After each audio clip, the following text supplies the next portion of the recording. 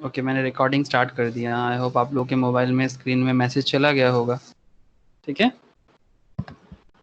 ठीक है। जिनका लास्ट क्लास किसी कारण से मिस है, ठीक है, जैसे जहाँ पर मैंने शॉर्टिंग्स वगैरह कुछ टेक्निकल टर्म्स के बारे में बात किया था, वो मैं आप लोगों को प्रोवाइड कर दूंगा, डोंट वरी। ठीक है, तो आप एक बार कर लेंगे, फिर जो भी डाउट रहेगा आप क्लास में पूछिएगा, मैं बता दूंगा आपको। ठीक है, तो आज जस्ट मूव ऑन करेंगे, थोड़ा सा मूव ऑन करेंगे, लेकिन वही सेम टॉपिक में, सेम चैप्टर में ही थोड़ा सा मूव ऑन करेंगे, और एक केस स्टडीज भी लेंगे, रियल लाइफ केस स्टडीज भी हैं। ठीक है, तो रियल लाइफ केस स्टडीज और कुछ टेक्निकल टर्म्स जिसमें हम लोग मेनली बात कर रहे थे, उसी में हम लोग अपना चर्चा आगे लेके जाते हैं। ठीक है, तो चलिए मैं आपके साथ स्क्रीन शेयर करता हूँ। ठीक है,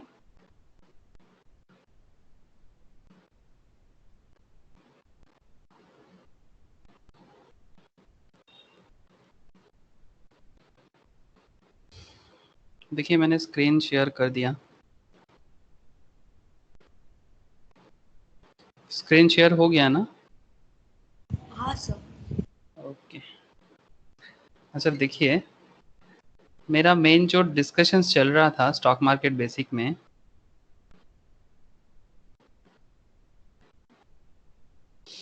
स्टॉक मार्केट बेसिक में मेरा मेन डिस्कशन अभी जो चल रहा था, that is commonly used jargon. ठीक है, कॉमनली यूज्ड जार्गन, ये जार्गन का मतलब था technical term. Okay, technical term मतलब जो हम लोग स्टॉक मार्केट लाइन में यूज करते हैं। स्टॉक मार्केट नाम लो, सिक्योरिटी मार्केट नाम लीजिए, जो भी आपको पसंद है। Security market, stock market, share market, ये अलग अलग नाम से जाना जाता है। जैसे श्री कृष्ण भगवान का 108 नाम है, ऐसे इसी तरह इनका भी अलग अलग नाम है। कैपिटल मार्केट, अलग अलग नाम से आप इसको जान सकते हैं। ठीक है, तो चाहे कैपिटल मार्केट हो, चाहे सिक्योरिटी मार्केट हो, चाहे स्टॉक मार्केट हो, मेन जो फैक्टर है दैट इज यहाँ पर कुछ स्पेशल टर्म्स यूज होते हैं। और देखिए कोई भी अलग अलग सेक्टर्स में उसका अलग अलग टर्म्स होते हैं। तो हम लोग यहाँ पर भी उसका जो टेक्निकल टर्म है, जिसको हम लोग जार्गन कहते हैं, किसी भी technical matter, in any subject matter में उसका जो अपना पर्टिकुलर टेक्निकल टर्म्स होते हैं उसको कहते हैं जार्गन। और ये हमारा हो गया टेक्निकल टर्म। अब ये टेक्निकल टर्म जो हम लोग बात कर रहे थे, उसी टेक्निकल टर्म में कुछ पॉइंट्स अभी भी बाकी है। जैसे कि अगर मैं आपको थोड़ा सा रिवाइज करा दूं 2 मिनट के लिए, तो फटाफट आप लोग कनेक्ट हो जाओगे, तो अच्छा रहेगा। बस थोड़ा रिवाइज्ड मतलब रिवाइज्ड इन द सेंस, जैसे short positions, long positions. Last class तो शॉर्ट को हम लोगों ने एकदम क्रिटिकली एनालाइज कर चुके थे। तो अब सवाल ये है कि जैसे यहाँ पर हम लोगों ने शॉर्ट के बारे में काफी डिटेल्स में, जैसे ये कॉमनली यूज जार्गन में मेनली क्या क्या हम लोग को डिस्कशंस ऑलरेडी कर चुके हैं। ठीक है, this is just a commonly use jargon, जैसे कि आप देख पा रहे हैं। ठीक है, कॉमनली यूज जार्गन ये है हमारा टॉपिक। इसमें मतलब हर एक सब्जेक्ट का अपना अपना टेक्निकल टर्म होते हैं, तो जैसे यहाँ पर भी अपना टेक्निकल टर्म है। तो इसमें हम लोग अलग अलग टर्म्स के बारे में जानेंगे जो स्टॉक मार्केट में बेसिकली हम लोग यूज करते हैं। ओके, तो जैसे सबसे इंपॉर्टेंट, एक सबसे मेनली हम लोग पहले बात किया था बुल मार्केट के बेसिस में। इसमें मैं क्या बताऊं, स्टॉक मार्केट जब आप प्राइस होते हैं तो स्टॉक मार्केट अपवर्ड ट्रेंड होते हैं, स्पेशली वो ग्रीन में शो होता है, आप लोगों ने देखा होगा। एक बहुत ही कॉमन सेंस पे मैक्सिमम को पता है कि मार्केट जब आप ट्रेंड में होता है तो उसको हम लोग बुल मार्केट कहते हैं, या फिर उसको और प्यार से हम लोग कहते हैं बुलिश। ठीक है, ये हम लोगों ने चर्चा किया था। बियर मार्केट, जिसके बारे में हम लोग क्या बताए सर, ये रेड में दिखता है। ठीक है, बियर मार्केट जो है ये थोड़ा सा रेड कलर में हमारे सामने दिखता है मार्केट में।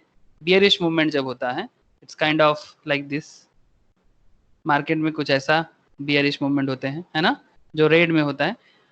तो बियरिश मूवमेंट मतलब जब किसी कंपनी का डाउन ट्रेंड हो। ठीक है, ये ऑलरेडी मैंने डिस्कस कर चुके हैं, इसलिए मैं डिटेल्स में नहीं जा रहा हूँ।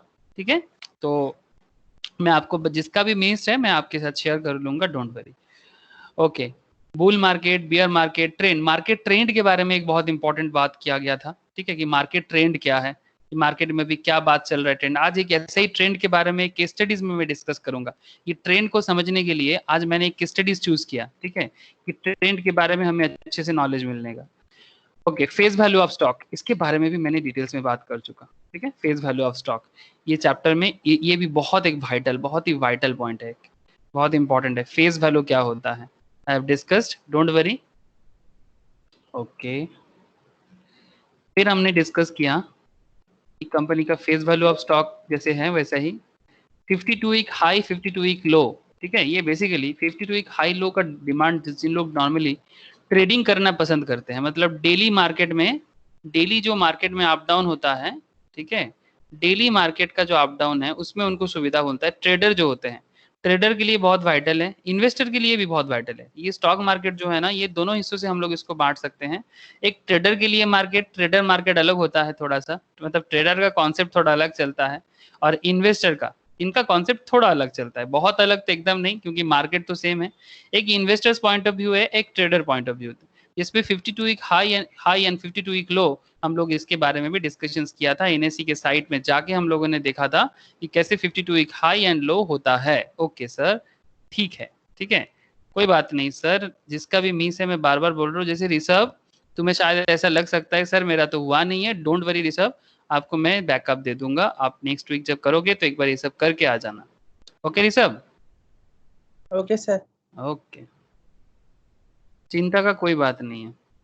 Okay, all time high all time low, ठीक है, ये किसी किसी स्टॉक होते हैं जिसमें ऑल टाइम हाई मतलब आज तक स्टॉक हाईएस्ट में कहाँ गया है, लोएस्ट में कहाँ पहुंचा है, इसका डिटेल्स एक रहता है।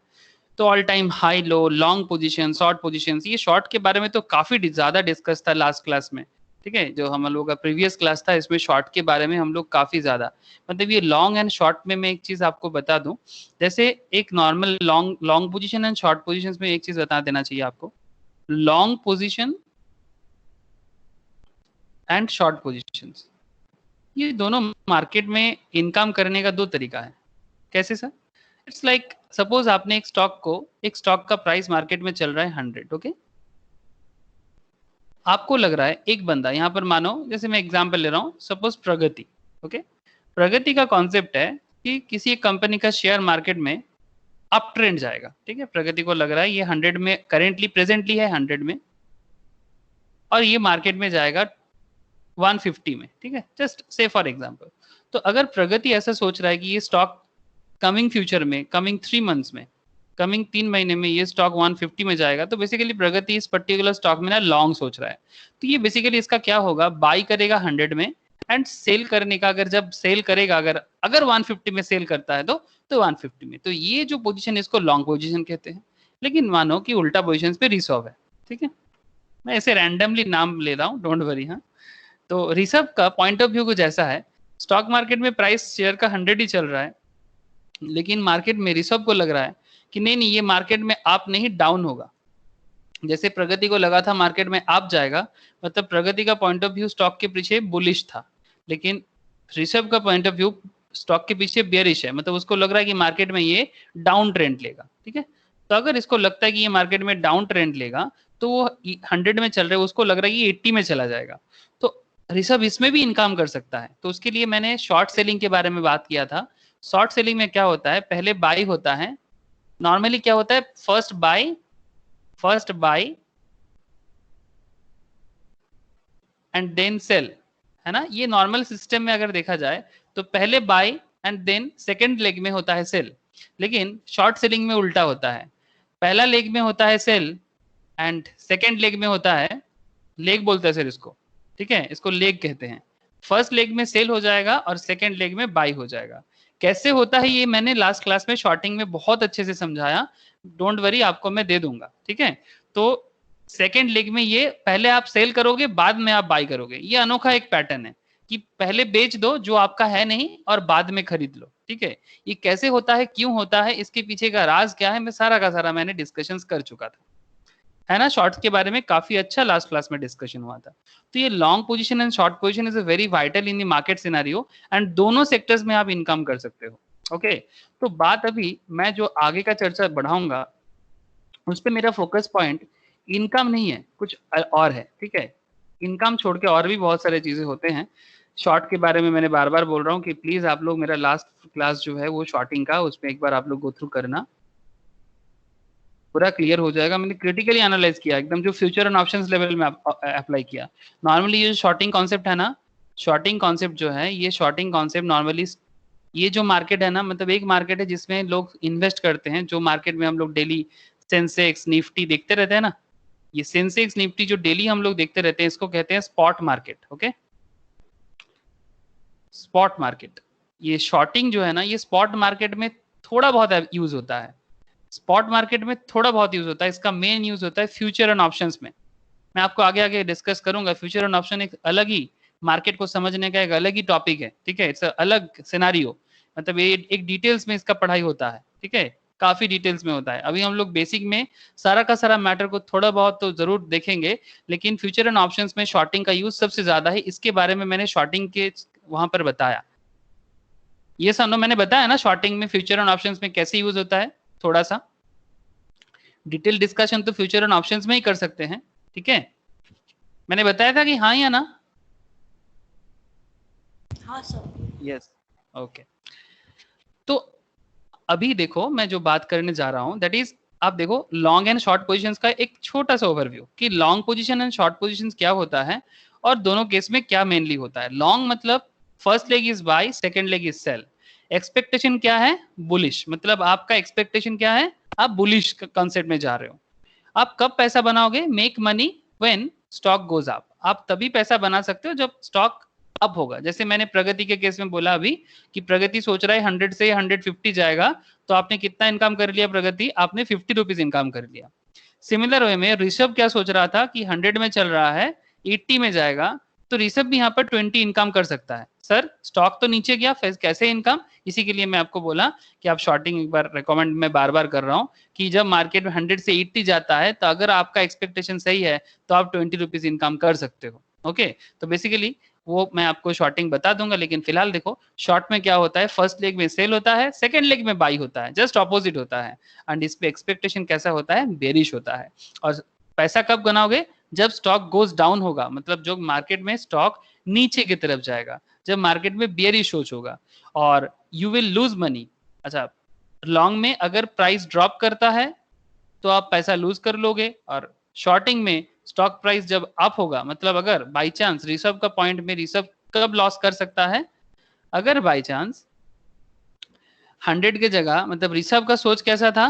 ऋषभ ने सोचा था कि 100 से ये 80 जाएगा, लेकिन उल्टा हो गया, करीब करीब प्रगति के जैसा हो गया कि जैसे प्रगति ने जैसे सोचा था कुछ वैसा ही होगा कि ये 80 जाने से बदले 150 में चला गया। तो ऋषभ का पॉइंट ऑफ व्यू में ऋषभ को 20 का गेन नहीं, उल्टा 50 का लॉस पड़ गया, लेने पे देने पड़ गया। सर ऐसा हो सकता है, ठीक है। तो जो भी हो, तो ये कब क्यों कैसे हो सकता है, आप मेरा शॉर्टिंग का एक बार देख लो, आपको क्लियर है। लेकिन सर अभी आप देखो, मैं आपको स्क्वायर ऑफ समझाऊंगा। अच्छा, इतना देर से मैंने जो एक समरी किया लास्ट क्लास का, क्या आप लोग कनेक्ट कर पाए? देवी प्रसाद जी थोड़ा सा कनेक्ट हो रहा है, पूरा कनेक्ट तो नहीं होगा, लेकिन थोड़ा कनेक्ट हो रहा है कि नहीं बताइए प्लीज। यस सर, हो रहा है। ओके ठीक। ঋষভ একটু বোঝা যাচ্ছে ঋষভ? হ্যাঁ স্যার। ওকে, একটু বুঝে গেলেই হবে, বেশি বুঝতে এখন হবে না, আস্তে আস্তে পুরো বুঝে যাবে। ঠিক Okay. আছে। अभी मैं आपको एक टर्म सिखा रहा हूँ, दैट इज स्क्वायर ऑफ, ठीक है। ये स्क्वायर ऑफ क्या होता है मैं आपको बताता हूँ। टेक्निकल टर्म में ये टर्म बहुत ज्यादा यूज होता है। आपके ब्रोकिंग फार्म आपको बार बार बताता है सर, आपका जो भी ब्रोकिंग फार्म होगा, जैसे स्टॉक मार्केट में अगर आपको इन्वेस्ट करना है तो आपको किसी ब्रोकिंग फार्म के थ्रू से इन्वेस्ट करना है, आप डायरेक्ट नहीं कर सकते। ऐसा नहीं कि अगर रिलायंस का शेयर चाहिए, ठीक है, रिलायंस का शेयर चाहिए, या मानो कि क्या बोलते हैं उसको, इंडिगो जो एक एयरलाइंस कंपनी हमारा, ठीक है, इंडिगो का शेयर चाहिए, तो वैसा नहीं कि आप एकदम फ्लाइट में चढ़ते हुए बोल रहे हो इंडिगो को, भाई इंडिगो आपका शेयर मुझे दे दो थोड़ा सा, ठीक है। या फिर ऋषभ के मैं बता दूं कि ऋषभ को कोल इंडिया के बारे में पता है। ऋषभ कि आप सपोज तेरे को कोल इंडिया का शेयर चाहिए, तो ऐसा नहीं कि कोल इंडिया में जाके हम मांग ले कि कोल इंडिया आपका शेयर अच्छा चल रहा है, मुझे थोड़ा दे दो, ठीक है। तो कहने का मतलब यही है कि हमेशा हमको ब्रोकर के पास ही जाना पड़ता है, और रजिस्टर्ड ब्रोकर, कोई रास्ते में घूमता फिरता नहीं, दे आर फाइनेंशियल ब्रोकर। तो काफी एग्जाम देके, जैसे एनआईएसएम का पढ़ाई करके पास करके, फिर जाके 5 साल 6 साल 10 साल मार्केट में काम करके फिर जाके ब्रोकिंग मिलता है सर, ऐसे नहीं मिलता। तो ब्रोकर बन के फिर ब्रोकर के पास जाके आप ये सब होता है। लेकिन ये स्क्वायर ऑफ का खेल क्या है, ध्यान से देखिएगा, इट्स अ टेक्निकल टर्म, बहुत ज्यादा यूज होता है। स्क्वायर ऑफ का मतलब है, square off is a term used to indicate that you intend to close an existing positions. If you are long on a stock, squaring of the position means to sell the stock. Please remember, when you are selling the stock to close an existing long positions, you are not shorting the stock. When you are short on the stock, squaring of positions means to buy the stock back. Remember, when you buy it back, you are just closing an existing position, you are not going long. तो simple है, इसको ज्यादा complex मत कीजिए. Square of मतलब आपका positions को complete कर देना. Positions complete. पोजीशन कंप्लीट कैसे हो सकता है? सपोज आपने एक स्टॉक में लॉन्ग किया, ठीक है. लॉन्ग किया मतलब आपने सोचा कि 100 का स्टॉक है, 150 में जाएगा, ठीक है. तो जैसे ही 150 में चला गया ना, तो आपने बेसिकली सेल कर दिया 150 में. 100 में था, 150 में पहुंचा, आपने लॉन्ग खेला था, जैसा जैसा आपने सोचा था आपने बेसिकली सेल कर दिया. अगर 150 में ना भी पहुंचा हो सकता है कि 150 में गया नहीं, आपने फिर भी सेल कर दिया. ये 150 गया, 110 में गया, आपने सेल कर दिया, ठीक है. तो जैसे ही आपने स्टॉक को सेल कर दिया तो उसको क्या कहेंगे? Square of positions. हेलो, समझ में आ रहा है क्या? प्लीज बताइए. क्लियर है ना स्क्वायर ऑफ का मतलब? हाँ सर. शंकर जी क्लियर है ना? हाँ जी क्लियर है. ओके. बाय करके बेसिकली सेल कर दीजिए. तो जैसे ही आपने सेल कर दिया, वो पर्टिकुलर स्टॉक में आपका पोजीशन कंप्लीट. स्क्वायर ऑफ, इसको कहते हैं सिंपली स्क्वायर ऑफ. शॉर्ट मतलब जब आप शॉर्ट करेंगे, शॉर्ट के टाइम पे पहले क्या होता है? पहले सेल होता है. पहले सेल कर दीजिए, फिर जब, लेकिन एक चीज याद रखिएगा, स्पॉट मार्केट मतलब डेली मार्केट जो होते हैं, फ्यूचर एंड ऑप्शंस नहीं, ये अलग मार्केट है.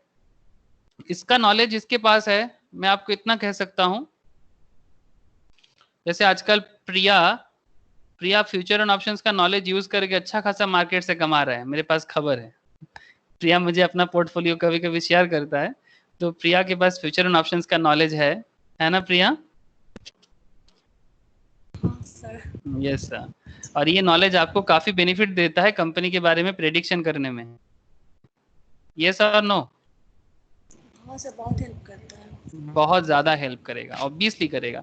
अगर आप किसी के फ्यूचर के बारे में पहले से पढ़ सकते हो, ठीक है, तो आप ऑटोमेटिकली स्टॉक का जो चूजिंग है, ठीक है, आपका स्टॉक चूजिंग प्रॉपर हो सकता है, ठीक है. लेकिन ये एक अलग मार्केट है. तो फ्यूचर एंड ऑप्शन, जब भी आप ब्रोकिंग कंपनी के पास जाके मार्केट में डीमैट अकाउंट ओपन करते हैं ना, तो जो भी ब्रोकर है आपका, कोई भी कंपनी हो सकता है, लाइक ICICI हो सकता है, या फिर SBI हो सकता है, जीरोधा हो सकता है, एंजल ब्रोकिंग हो सकता है, एनी काइंड ऑफ कंपनी, ठीक है.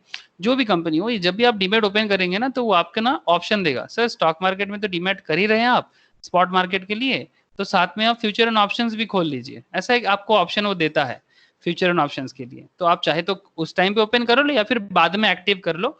लेकिन दोनों मार्केट अलग है. Spot market and future and options market अलग है. दोनों मार्केट इज डिफरेंट. बट मैं कहना ये चाहता हूँ कि फ्यूचर एंड ऑप्शंस मार्केट थोड़ा रिस्की है. ओके. इसको हम लोग और एक नाम से भी जानते हैं, डेरिवेटिव भी कहते हैं इसको. It's a little bit risky market, ठीक है.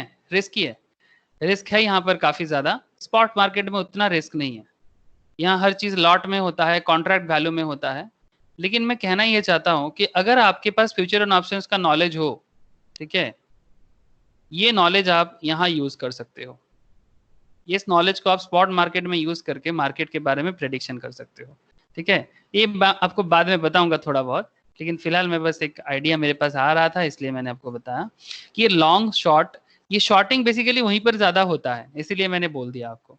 तो जो भी हो, शॉर्ट कर दिए, सेल कर दिए, बट पहले sell then buy. Okay, sell then buy, फिर जाके आपका स्क्वायर ऑफ हो गया. बेसिकली आपका पोजीशन कंप्लीट हो जाना, ठीक है. This is simple square of, ठीक है. वो नॉर्मली आप ब्रोकिंग फार्म में किसी को बोलेंगे ना, तो ऐसे ही बोलेगा, सर वो तो स्क्वायर ऑफ हो गया. जैसे स्पॉट मार्केट में स्क्वायर ऑफ कैसे होता है जानते हैं? स्पॉट मार्केट में शॉर्टिंग जब करेंगे ना, वो इंट्राडे में स्क्वायर ऑफ हो जाएगा. शॉर्टिंग मतलब जैसे मैं क्या बता रहा हूं आपका, कि पहले शेयर को सेल करके फिर बाद में बाय करना. नॉर्मली जब मार्केट बियरिश होता है, मतलब 100 का स्टॉक जैसे ऋषभ कर रहा था, 80 में जा रहा था, आपने शॉर्ट कर दिया, लेकिन ये पूरा का पूरा खेल इंट्राडे में होगा. ये आप एक दिन से ज्यादा नहीं कर पाएंगे. स्पॉट मार्केट में बात रहा हूं, मेरा जो पॉइंट है ये स्पॉट मार्केट में बता रहा हूं मैं. स्पॉट मार्केट में जब भी आप शॉर्टिंग करेंगे, ये इंट्राडे में ही होगा. तो सपोज आपने 9:15 को, 9:15 को, चलिए एक स्टॉक डे ही लेते हैं, तब से इतना बात कर रहे हैं तो एक स्टॉक रियलिटी में देख लेते हैं कौन सा स्टॉक लेने से अच्छा रहेगा। सुमित, एनी स्टॉक जिसमें शॉर्टिंग करना अच्छा रहेगा, please tell me. Yes Bank. Yes Bank, very good. Yes Bank, चलो यस बैंक में शॉर्टिंग करते हैं थोड़ा सा। ऐसे यस बैंक में लंबा खेलो, शॉर्टिंग नहीं।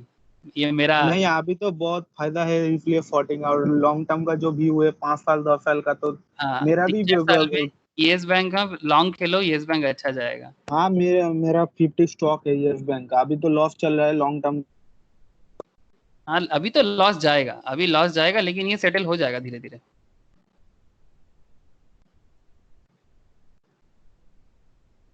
मेरा कुछ पोर्टफोलियो 100% रिटर्न दे रहा है, मैं आपको दिखाऊंगा नेक्स्ट क्लास में।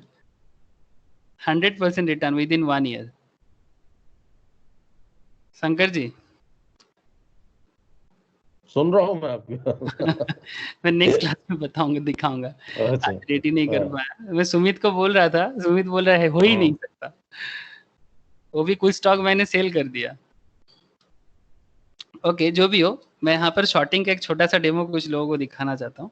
जैसे मानिए कि ये येस बैंक 13.70 चल रहा है, ठीक है। ओके ऋषभ, तू समझ ले थोड़ा। 13.70 चल रहा है, तुमको लग रहा है ये 13.70 से और नीचे जाएगा, ठीक है। सपोज मैं अगर इसको 5 दिन, चलो 5 दिन का डेटा देख लेते हैं, हाँ अच्छा रहेगा। लेकिन 5 दिन में होगा नहीं ये खेल, स्पॉट मार्केट में नहीं होगा। स्पॉट मार्केट मतलब जो डे टू डे मार्केट चलता है उसको स्पॉट मार्केट कहते हैं, इसमें नहीं होगा। 5 दिन का खेल अगर है, 1 वीक, 1 मंथ, 2 मंथ, 3 मंथ का खेल जो भी होता है वो फ्यूचर एंड ऑप्शंस मार्केट में होता है। लेकिन अगर 1 डे का बात है तो 1 डे में सपोज ये चल रहा था कितने में, 20 के आसपास चल रहा था। तो सपोज जिस पर्टिकुलर डे में ये 20 में चल रहा था, आपको लग रहा था कि ये सेम डे पे 13.70 में चला जाएगा, ठीक है। तो अगर आपका जैसे यहाँ पर दिख रहा है आपको, ठीक है, जैसे यहाँ पर ये 5 दिन में हुआ है, अगर से आपको 1 डे में ही लगता है कि ये 20 से 13.70 में चला जाएगा, तो 20 से 13.70 मतलब 1 डे में 7 का गैप, करीब करीब 7 रुपीज का डिफरेंस। तो अगर आपका सोच सही है और अगर कंपनी आपको अलाउ करता है, ऑलवेज अलाउ नहीं करता, जानते हैं ना, अलाउ इसलिए नहीं करता अगर बहुत ज्यादा लोग पहले से शॉर्टिंग करके रखा है, या फिर कभी कभी गवर्नमेंट मतलब सेबी उस पर शॉर्टिंग करना मना कर देता है। गवर्नमेंट मीन सेबी यहाँ पर, ओके। अगर सेबी किसी कारण से उसको शॉर्टिंग करने का अलाउ नहीं करते, बिकॉज शॉर्टिंग ना थोड़ा रिस्की है, और ये थोड़ा बहुत उतना भी इसमें मैं बताया था शॉर्टिंग के क्लास में कि ये उतना लॉजिकल नहीं है, ठीक है। कि मार्केट डाउन ट्रेंड में पैसा कमाना ये कैसा लॉजिक है, क्योंकि इसमें बहुत कंपनी लूट चुका है, तो इसलिए कभी कभी बंद करता है। लेकिन ये 2008 तक इंडिया में क्लोज कर दिया गया था, फिर 2008 के बाद इस पे फिर से इंडिया को इसको ओपन कर दिया गया। It's a very interesting but very tricky. लेकिन जो भी हो, मैं कहना ये चाहता हूँ कि 20 में आप, हाँ बोलो। और एक रीजन से भी, और मतलब एक दिन के लिए स्टॉक फ्रीज हो सकता है। वो मार्केट ओपन होने से पहले प्री ओपन में जब 10% गिरावट आ जाता है, तो उस दिन के लिए ये वाला स्टॉक पूरा हाँ फ्रीज कर हाँ, दिया जाएगा। अगर प्री ओपन पोजीशंस में अगर वो बाई चांस सीज मतलब अगर उसका 10% पहले ही, मतलब जो लोग कंट्रोल करते हैं मैनेजमेंट में अगर कुछ प्रॉब्लम हो जाता है, मतलब दलाल स्टेट में बेसिकली ये बीएससी एनएससी जहां पर है, वहां पर जहां पर ये ट्रेड होता है, अगर वहां पर प्री ओपन पोजीशंस पे ये 10% गिरावट आ जाए, वेरी गुड सुमित, तो भी वो उस पर्टिकुलर डे के लिए उस शॉर्टिंग करने में मना कर सकता है, ठीक है। तो जो भी हो, आपको बस मैं आइडिया देने के लिए कह रहा था कि अगर आप 20 रुपीज में परचेस करते हो, ये सब डिटेल्स में फ्यूचर एंड ऑप्शंस में बताऊंगा, लेकिन सुमित ने कह दिया बहुत अच्छा। आप 20 में सेल करके अगर आप 13.7 में इसको सेम डे पे आप ना भी करना चाहोगे ना, इसको कहेंगे इंट्राडे, तो ये ऑटोमेटिक स्क्वायर ऑफ हो जाएगा, ऑटोमेटिक स्क्वायर ऑफ। अगर आप ना भी सेल करोगे ना, तो कंपनी जो आपका ब्रोकिंग फार्म है वो खुद ही इसको स्क्वायर ऑफ कर देगा। 20 में आपने सेल कर दिया था, यहाँ पर आपको बाई कंप्लीट करके इसको ऑटोमेटिकली स्क्वायर ऑफ कर देगा। देवी प्रसाद जी क्लियर है कि नहीं, बताइए। हाँ जी सर, क्लियर है। ओके, बाकी सबको समझ में आ रहा है ना स्क्वायर ऑफ का जो भी मैं बात किया है अभी तक? निबीड़, प्रगति, काजल, समझ में आ रहा है आप लोगों को? थोड़ा बहुत सर, क्या नहीं पूरा बहुत? ओके ठीक है। ओके, अभी एक बात करते हैं इंट्राडे में।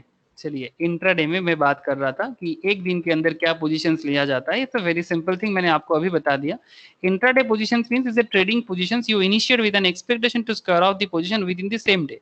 सर क्या शॉर्ट में मतलब सिर्फ शॉर्ट, जब मैं शॉर्ट करता हूं तभी करना चाहिए क्या? नहीं नहीं, चाहे आप किसी स्टॉक में लॉन्ग जाओ, मतलब बेसिकली आप 100 में बाई करके 150 में सेल करो, तो भी आप वन डे के लिए कर सकते हो। अगर आपको लगता है कि वन डे में ही स्टॉक इतना डिफरेंस करेगा, हो सकता है ऐसा, बहुत सारा स्टॉक में से वन डे में डिफरेंस आता है।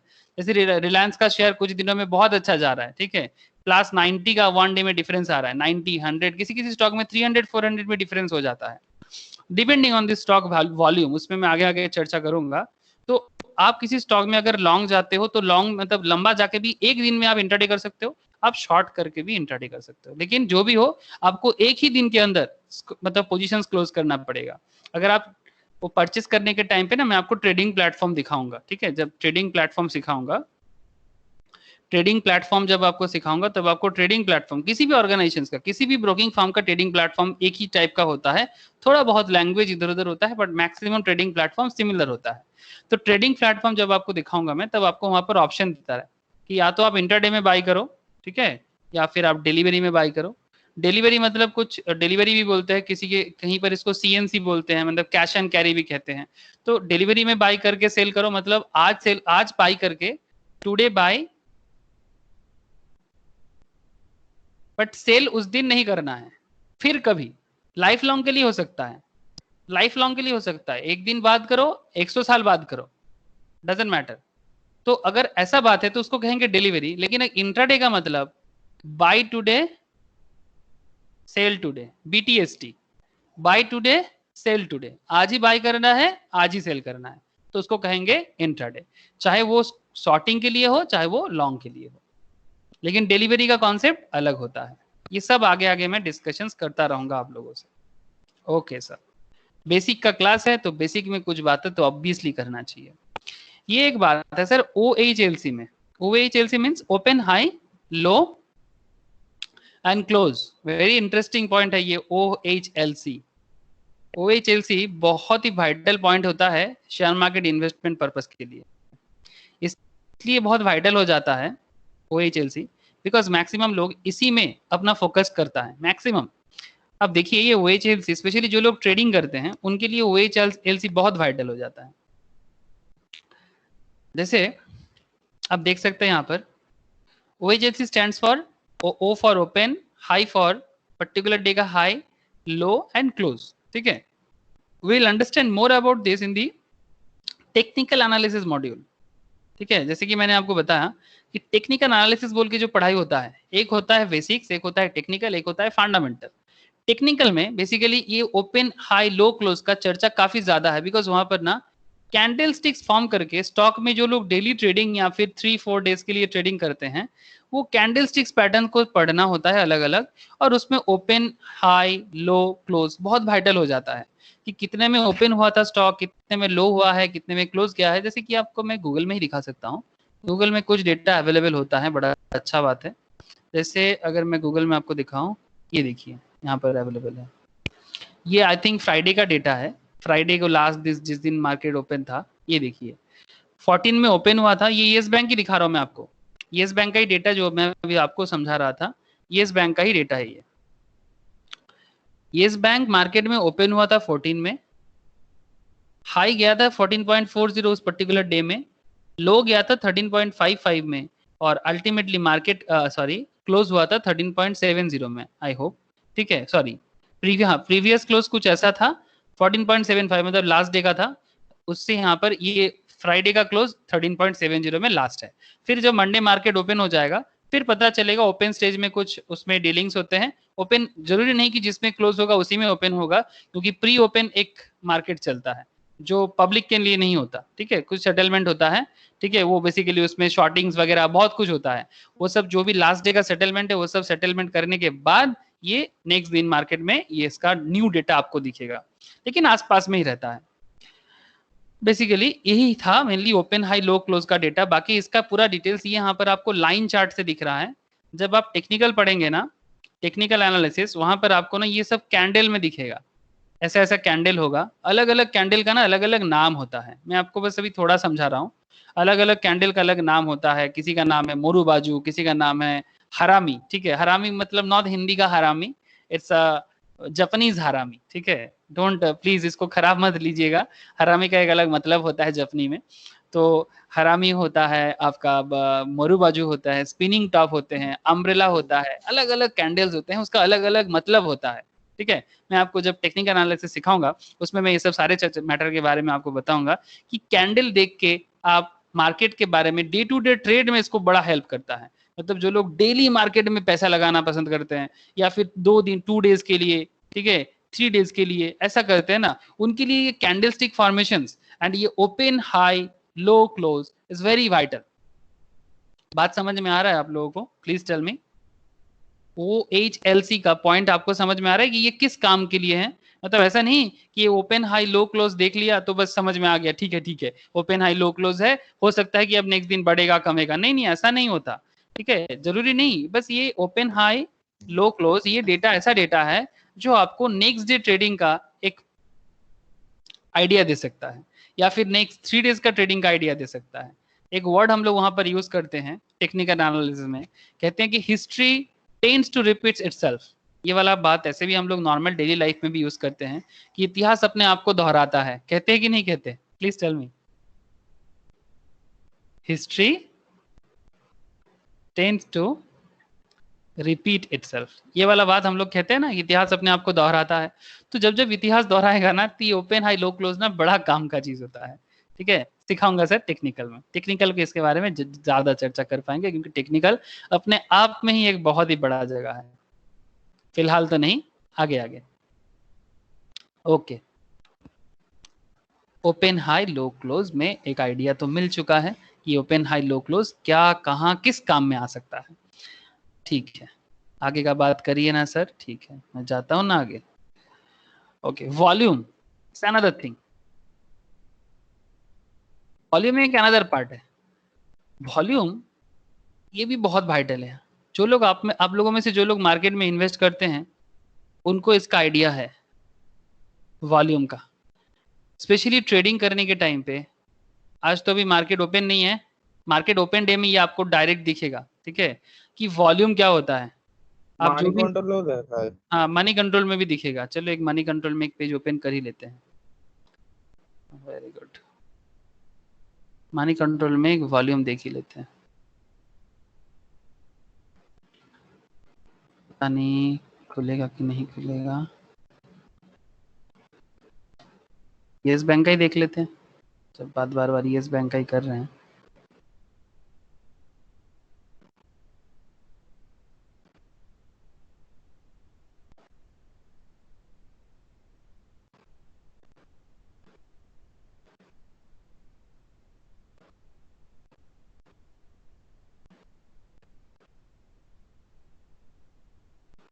ये बहुत सारा सॉफ्टवेयर चलता है ना, इसीलिए ना ये धीरे काम करता है।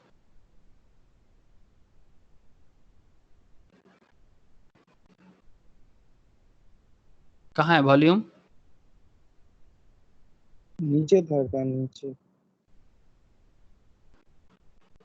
चार्टটা खोलो, चार्ट। चार्ट में मिलेगा। চার্টের তলায় থাকে, মোবাইল অ্যাপ্লিকেশনে তো থাকে। यहाँ এই पर তো নিচে, নিচে যাও, নিচে যাও।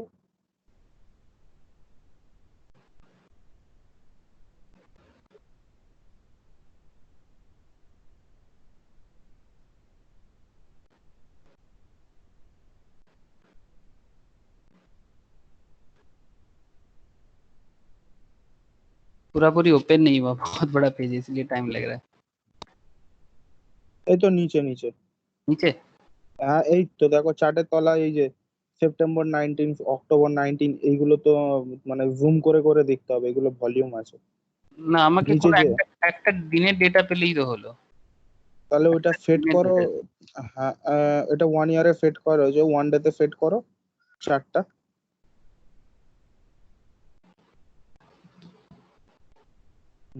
এই যে নিচে যেটা ফর্ম করেছে দেখো ক্যান্ডেল স্টিকের মতো, हम्म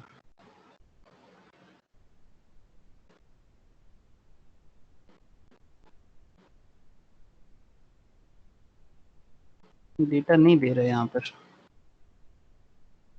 ठीक है, मैं बाद में बात दिखा दूंगा डेटा,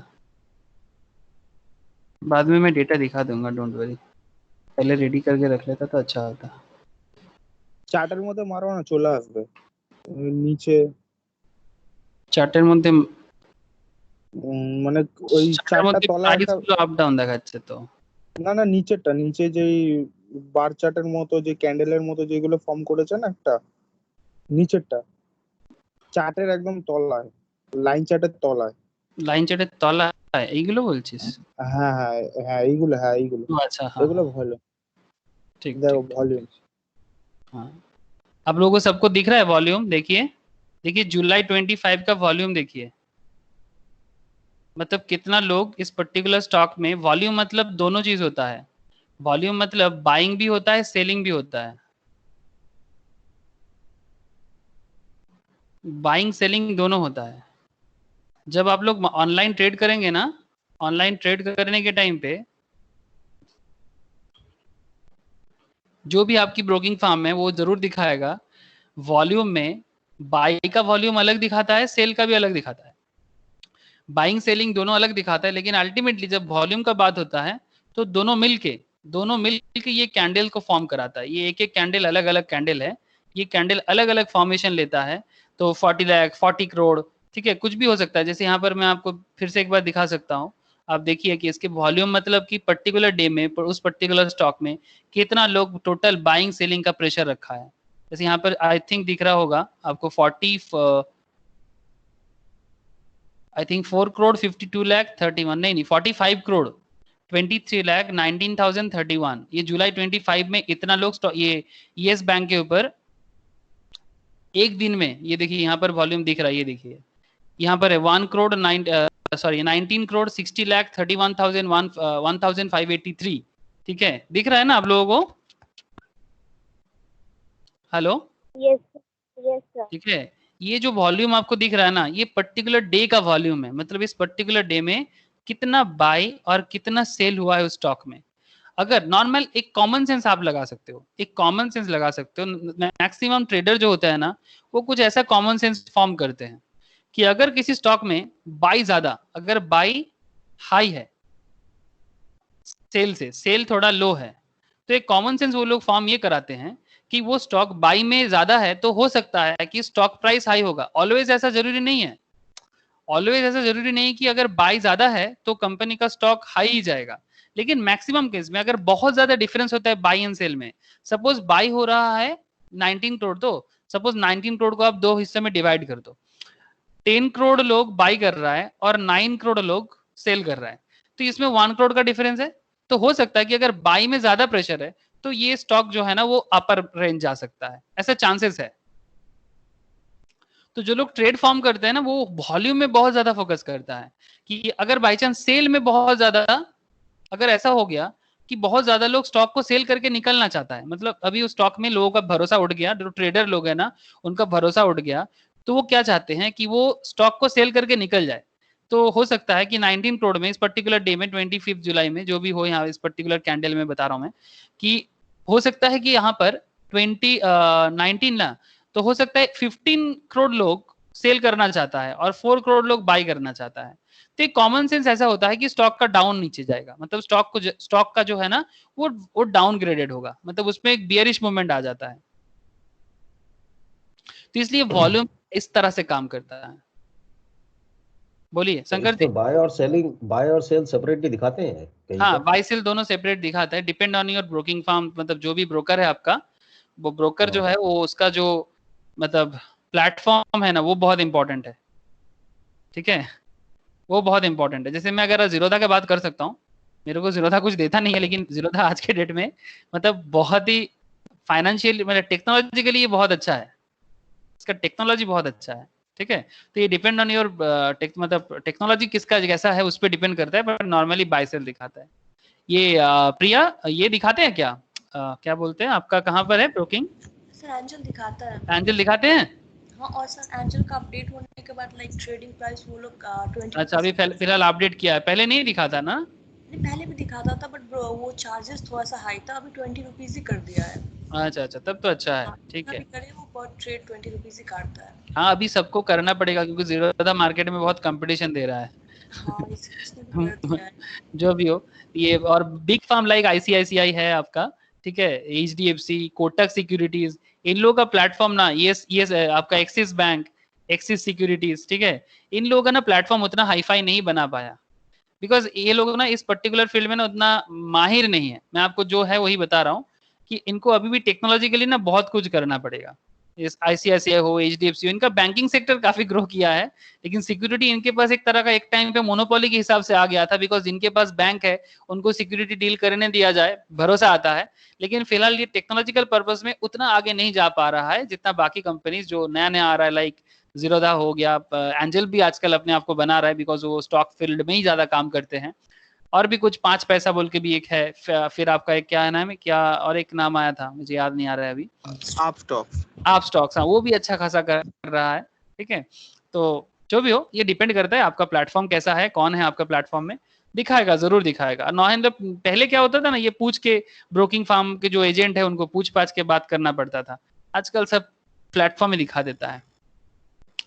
जो भी हो तो किसी वॉल्यूम का का, अगर किसी का प्रलय जी, अगर किसी का सपोज बोलिए। करो, जैसे मेरा आईसीआईसीआई डायरेक्ट में अकाउंट है मेरा, हाँ डीमैट अकाउंट, तो मैं दोनों अकाउंट मेंटेन कर सकता हूँ क्या, या मुझे एक हाँ हाँ अकाउंट हाँ कर क्लोज सकते करना हैं, पड़ेगा? कर सकते हैं, नहीं नहीं ऐसा कोई जरूरी नहीं है। अगर आपको चार्जेस का कोई चिंता नहीं है, हाँ। ठीक है, अकाउंट मेंटेनिंग चार्जेस का अगर कोई चिंता नहीं है तो आप दोनों अकाउंट मेंटेन कर सकते हैं। तो मेरा अगर सपोज कीजिए मैं आईसीआईसीआई डायरेक्ट क्लोज हम्म करके और मैं इसमें ज़रोधा में शिफ्ट करना चाहता हूँ अपने आप को, हम्म। तो मेरा जो पोर्टफोलियो आईसीआईसीआई डायरेक्ट में बना हुआ है वो हाँ क्या मतलब मेरे क्या कहते हैं आधार कार्ड के बेसिस पे मेरा ज़ीरोधा में शिफ्ट हो जाएगा, या हाँ कैसे कैसे ये होगा? शिफ्ट हो सकता है, इसके लिए एक बार आपको जीरोधा से बात करना पड़ेगा, इसके लिए आपको एक बार जीरोधा अच्छा। में बात करना पड़ेगा, ठीक है। जीरोधा जीरोधा आपको इसमें हेल्प कर सकता है। ये ब्रोकिंग फार्म का मतलब फार्म टू फार्म वैरी करता है, ठीक है, फार्म टू फार्म वैरी करता है। ओके। एक बार आप उनसे बात कर लीजिएगा, तो आईसीआईसीआई भी बात करना पड़ेगा। नॉर्मली तो हो जाना चाहिए कि आप पोर्टफोलियो शिफ्ट कर ही सकते हैं, ठीक है, नॉर्मली हो हाँ। जाना चाहिए, ठीक है। ओके। ओके, तो वॉल्यूम का एक आइडिया मिल गया। जैसे यहाँ पर एक वॉल्यूम के बारे में कहा है, volumes and its impact on the stock price is an important concept that we will explore in greater detail in the technical analysis module. Volume represent the total transactions, both buy and sell put together for a particular stock on a particular day. For example, 17 June 2014 volume on ACC is 5,33,819 shares. हम लोगों ने आज के date में yes bank में discussions कर लिया।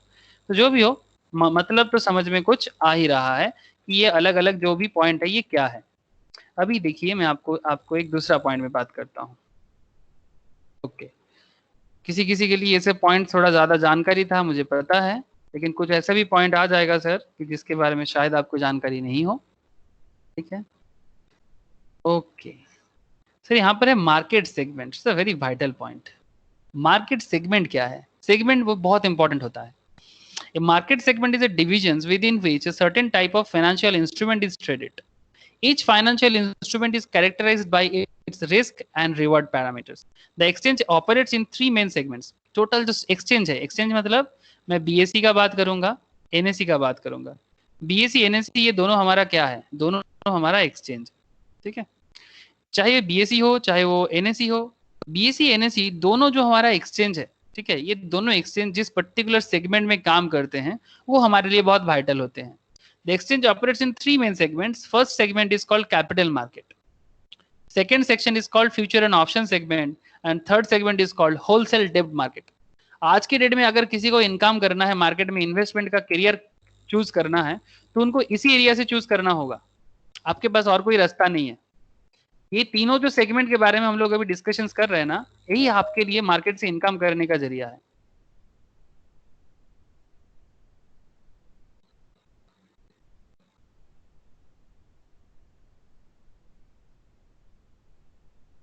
Okay मैं डिटेल्स में बताता हूँ ये तीनों सेगमेंट क्या है और किस तरह का होता है। Just a minute. तो मार्केट सेगमेंट में जैसे कि मैंने तीनों सेगमेंट के बारे में बात कर रहा, तो सबसे पहले मैं अगर आपको कैपिटल मार्केट के बारे में बताऊं, it's a very broad market और वेरी बहुत पॉपुलर है ये। ऐसे तो पॉपुलर तीनों मार्केट है, जानते हैं ना, पॉपुलर तीनों मार्केट है, लेकिन कैपिटल मार्केट मतलब capital market segment offers a wide range of tradable securities such as equity, preference shares, warrants and exchange traded funds. It's a very vital thing. ये वाला जो एक वर्ड आपने अभी सुना, exchange traded funds and share, warrant share में ही होता है. ये भी क्या है मैं आपको बाद में बताता हूँ. एक होता है वारंट. प्रेफरेंस शेयर्स भी क्या होता है ये भी बता सकता हूँ आपको, don't worry. Preference shares, equity, इसके बारे में आप सबसे ज्यादा सुनते हैं. इक्विटी शेयर्स, यही तो है शेयर मार्केट में आपका जान. ठीक है, ये आपका जान है, लेकिन ये लोग भी कैपिटल मार्केट का पार्ट है. ठीक है, अगर किसी कंपनी का डिटेल समझना है तो सिर्फ इक्विटी समझने में से नहीं होगा, क्योंकि कंपनी के पास प्रेफरेंस शेयर भी होता है, वारंट्स भी होते हैं एंड एक्सचेंज ट्रेडेड फंड्स भी होते हैं. मैं आपको अभी आता हूँ, ईटीएफ में थोड़ा बात मैं आज करूंगा. ठीक है, बाकी हर एक मैटर में अगर चर्चा करने जाए तो एक एक क्लास लग जाता है. ठीक है, फिर भी थोड़ा सा ईटीएफ के बारे में आपको जरूर आइडिया दूंगा. इट्स बहुत ही मतलब आज के डेट में बड़ा काफी पॉपुलर हो रहा है डे बाय डे. ठीक है, इसके बारे में आप लोग सोचिएगा. Capital market segment has sub-segments under which instruments are further classified. For example, common shares of companies. Common shares मतलब basically equity को common shares कहते हैं. Common shares of companies traded under the equity segment observed as EQ. आप देख सकते हैं कि market में जब किसी कंपनी का शेयर्स आप परचेस करते हैं तो उसके नाम पे ना ऐसे EQ लिखा रहता है. EQ मतलब इक्विटी है, इसलिए ऐसा लिखा रहता है EQ. So if you were to buy or sell shares of a company, you are essentially operating in the capital market segment. जब आप कंपनी का शेयर्स बाय कर रहे हैं, सेल कर रहे हैं, जैसे मैंने आपको यस बैंक, रिलायंस, जो भी कंपनी आप चूज कीजिए, आपके पास बीएसई में करीब 5000 कंपनीज लिस्टेड है. Around 5000 companies in BSE and NSE में अराउंड 2500 के आसपास, 2500 के आसपास कंपनीज लिस्टेड है. तो जैसे ही आप बीएसई या एनएसई में स्टॉक मार्केट में जाके किसी भी कंपनी का बाइंग एंड सेलिंग करते हो, करीब करीब 7-8 हजार कंपनी लिस्टेड है. 7-8 हजार कंपनी जो भी आपके पास है, इसमें से आप जब भी किसी का बाइंग या सेलिंग करते हैं तो आप समझ लीजिएगा आपका पूरा का पूरा खेल कैपिटल मार्केट रिलेटेड है. और कैपिटल मार्केट मतलब सिर्फ इक्विटी नहीं, इसमें और भी बहुत सारा खेल है.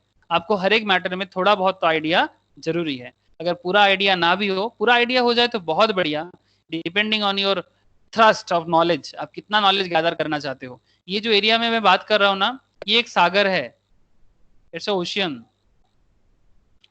अब आप देखिए कि आप ओशियंस में ओशियन को जान पाएंगे कि नहीं पाएंगे तो समय बताएगा, लेकिन एटलीस्ट ओशियन के जैसे कि कुछ रिवर, ठीक है, कुछ रिवर जैसा भी नॉलेज ले लीजिए. छोटा मोटा रिवर, गैंजेस हो या इंदास हो, ठीक है, या फिर थोड़ा सा कुछ सी जैसा भी नॉलेज ले लीजिए, चाहे बे ऑफ बंगाल हो या अरेबियन सी हो. मतलब बेसिकली ये सागर है, आपको महासागर में कुछ ना कुछ ढूंढना पड़ेगा.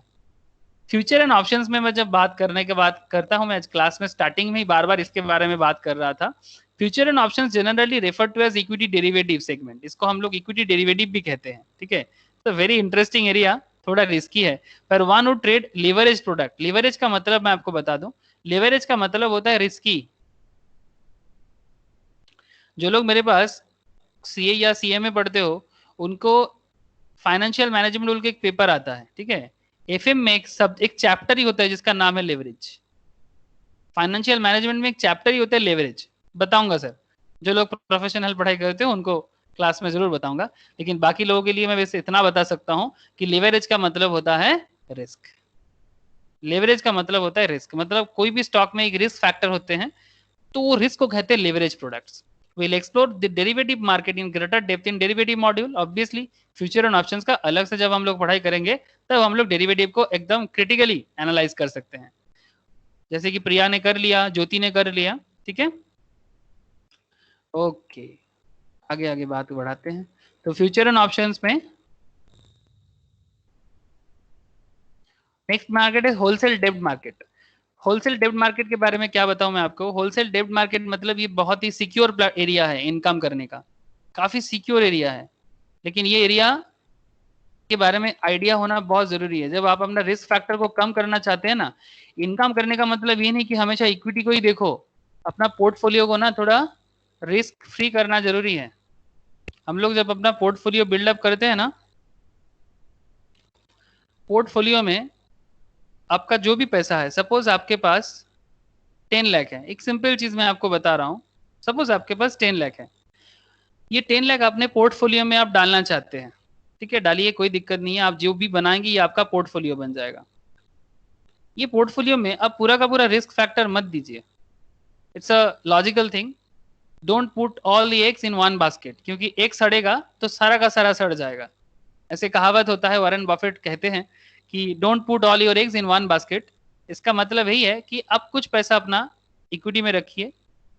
ऐसा भी कहते हैं कि depending on your age, age भी एक बहुत बड़ा फैक्टर है। सर एज कहाँ से आ गया यहाँ पर? एज है सर, बहुत बड़ा फैक्टर है, बिकॉज एज से डिपेंड करता है आपका रिस्क टेकिंग पावर। सर क्या जो उम्र में ज्यादा होते हैं वो रिस्क नहीं ले सकते? सर मुझे तो दिखता है आजकल की जो उम्र में कम होते हैं वही आजकल रिस्क नहीं ले पाता, बहुत ज्यादा सावधानी का स्टेप्स लेते हैं। उल्टा उम्रदार लोग ज्यादा रिस्क की स्टेप्स ले लेते हैं। जो भी हो, depending on your apatite also, मतलब आपका कैरेक्टर भी आपको चलाएगा, that's a different issue. But आपका जो कैरेक्टर है, आपका जो मतलब अपना जो हुनर है वो अलग बात है। लेकिन एज एक इम्पॉर्टेंट है। नॉर्मल जो एक कहता है मार्केट में, मतलब हम लोग मार्केट सेगमेंट में जो समझते हैं कि suppose you are 30 years old like me, okay, suppose you are 30 years old, तो कहा जाता है कि अगर आप 30 years old हो तो आप 70% इक्विटी में डालो और बाकी 30% आप डेब्ट मार्केट में डालो। क्योंकि अगर आपका एज 30 है, मतलब माना जाता है कि आपका whole life is 100 years। Life अगर 100 साल का है तो आप 70% इक्विटी में डालो, तो क्योंकि आपका भी काम करने का उम्र है, और बाकी 30% आप डेब्ट में डालो। अगर मैं आपको उल्टा सिनेरियो बताता हूं, if you are 70 years old, तो सिंपल है, आप 30% इक्विटी में डालो और बाकी 70% आप डेब्ट में डालो।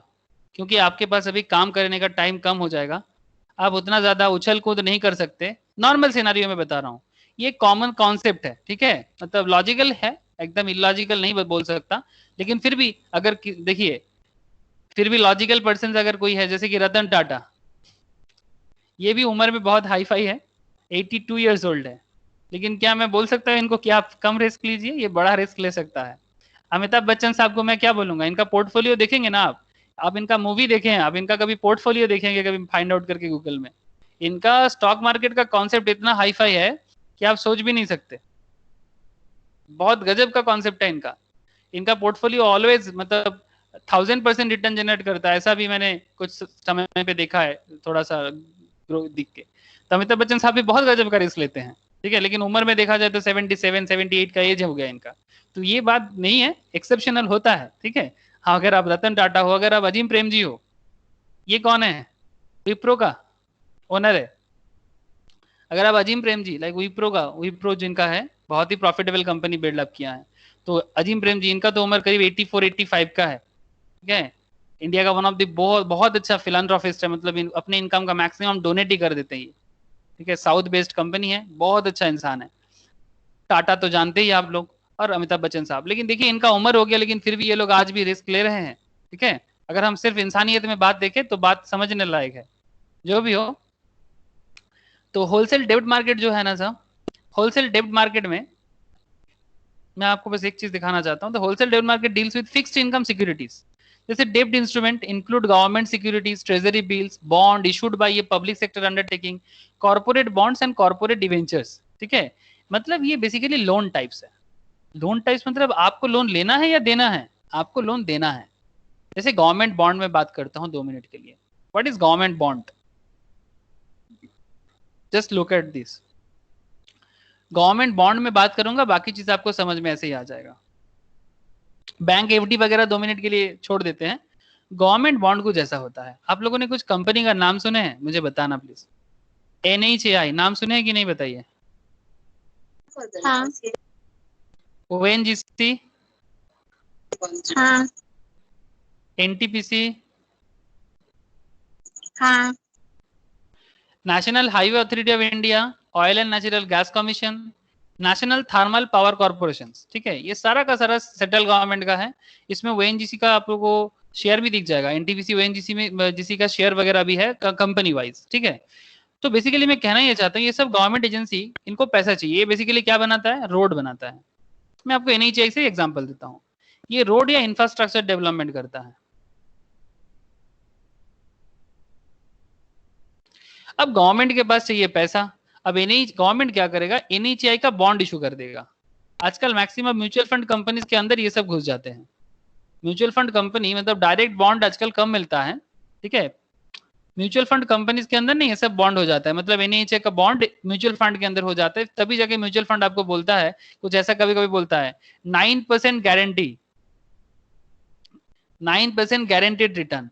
ये म्यूचुअल फंड कंपनीज आपको कभी कभी देखना स्कीम में बताते हैं। तो जब ये 9% गारंटीड रिटर्न ऐसा कुछ बताता है ना, इसका मतलब आप समझ जाइएगा वो जरूर गवर्नमेंट बॉन्ड के बारे में बात कर रहा है। तो गवर्नमेंट क्या करता है, आरबीआई को बोलता है कि बॉन्ड इशू कर दीजिए एनएचआई के थ्रू से। तो बॉन्ड का कुछ वैल्यू कुछ ऐसा हो सकता है, मिनिमम 10,000 से हो सकता है, मैक्सिमम 5 लाख तक, 10 लाख भी हो सकता है। तो एक एक बॉन्ड का कुछ भी वैल्यू हो, ठीक है, आप आज गवर्नमेंट को आप एनएचआई के थ्रू से 10,000 देते हो, तो गवर्नमेंट आपको बोलता है after 5 years, okay, after 5 years वो आपको एक सर्टेन इंटरेस्ट के साथ 9% 10% इंटरेस्ट के साथ आपको रिटर्न देगा। तो काफी सिक्योर्ड एरिया है, इवन मोर देन बैंक, बहुत ही सिक्योर अर्निंग का एरिया है।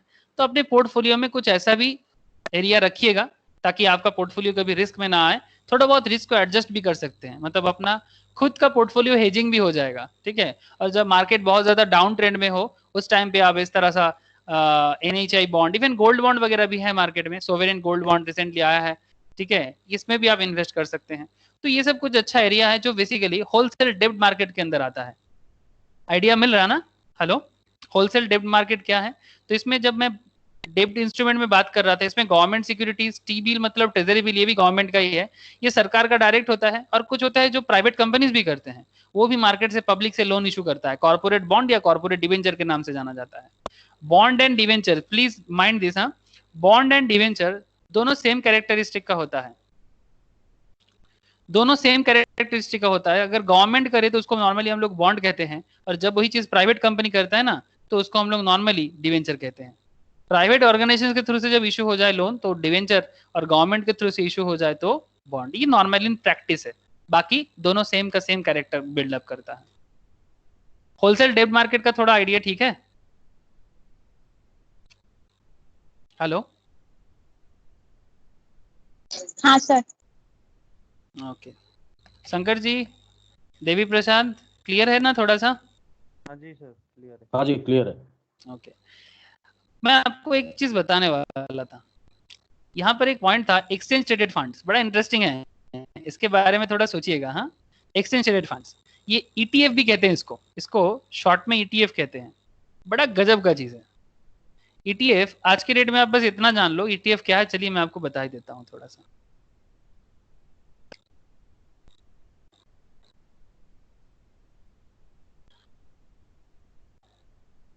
ईटीएफ क्या है, इसे नोट में आपको सेंड कर दूंगा, डोंट वरी।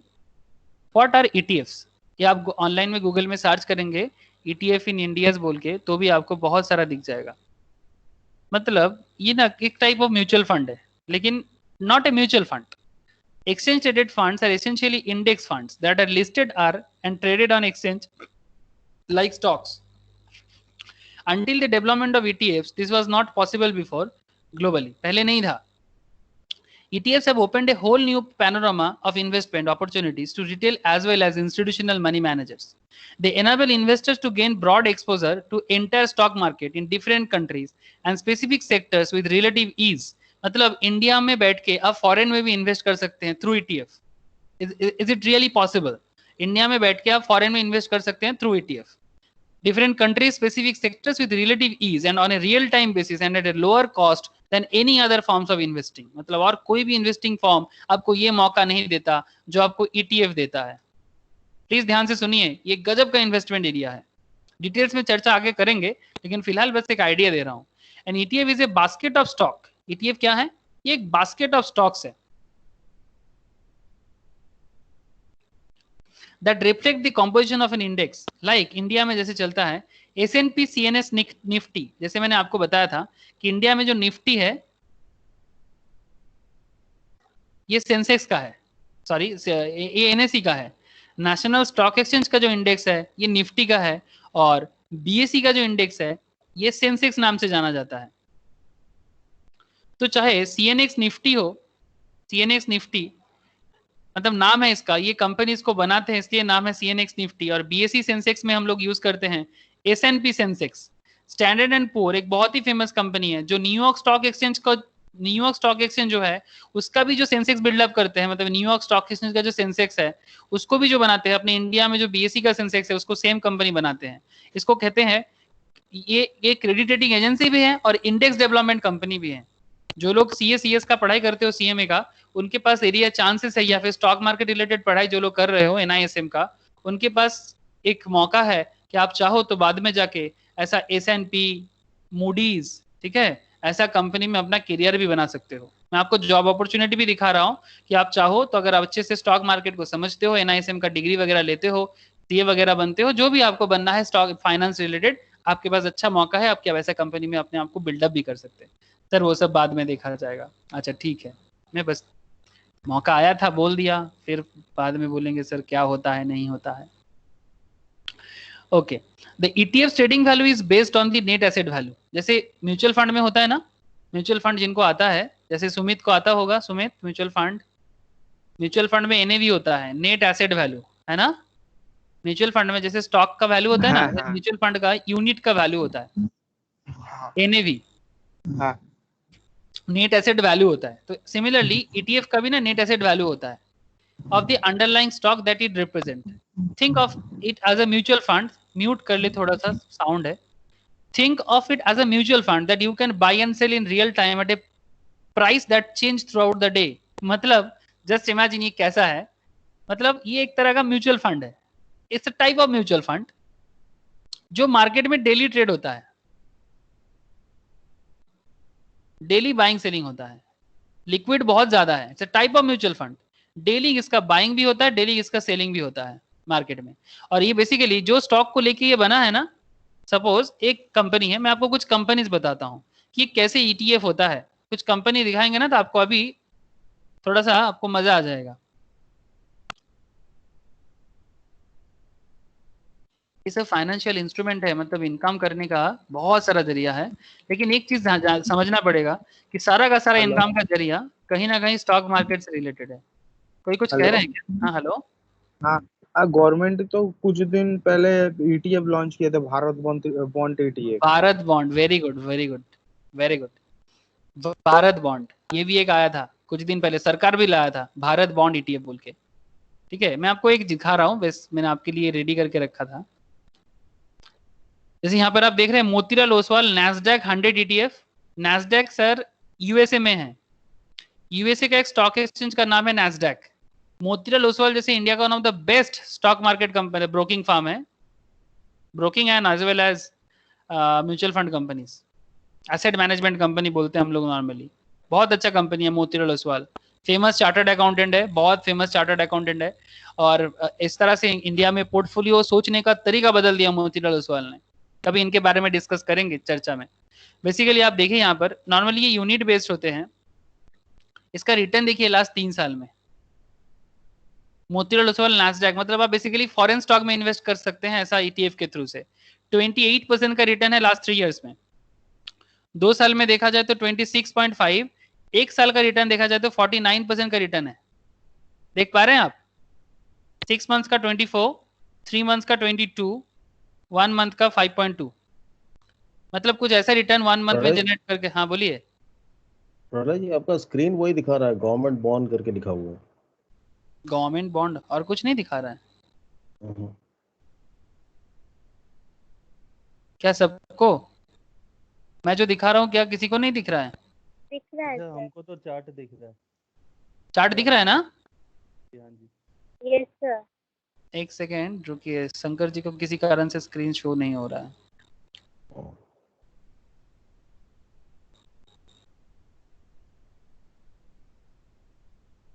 मैं एक बार रीशेयर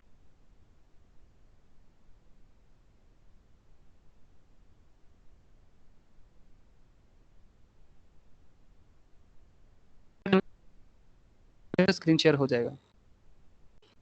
ये कभी कभी नेटवर्क मिसकम्युनिकेशन हो जाता है। देखिए तो क्या अभी भी वही प्रॉब्लम है? अभी तो ब्लैंक हो गया। ब्लैंक हो गया, आप एक बार रिज्वाइन हाँ। कीजिए, अच्छा ठीक। आप एक बार लीव करके रिज्वाइन कीजिए।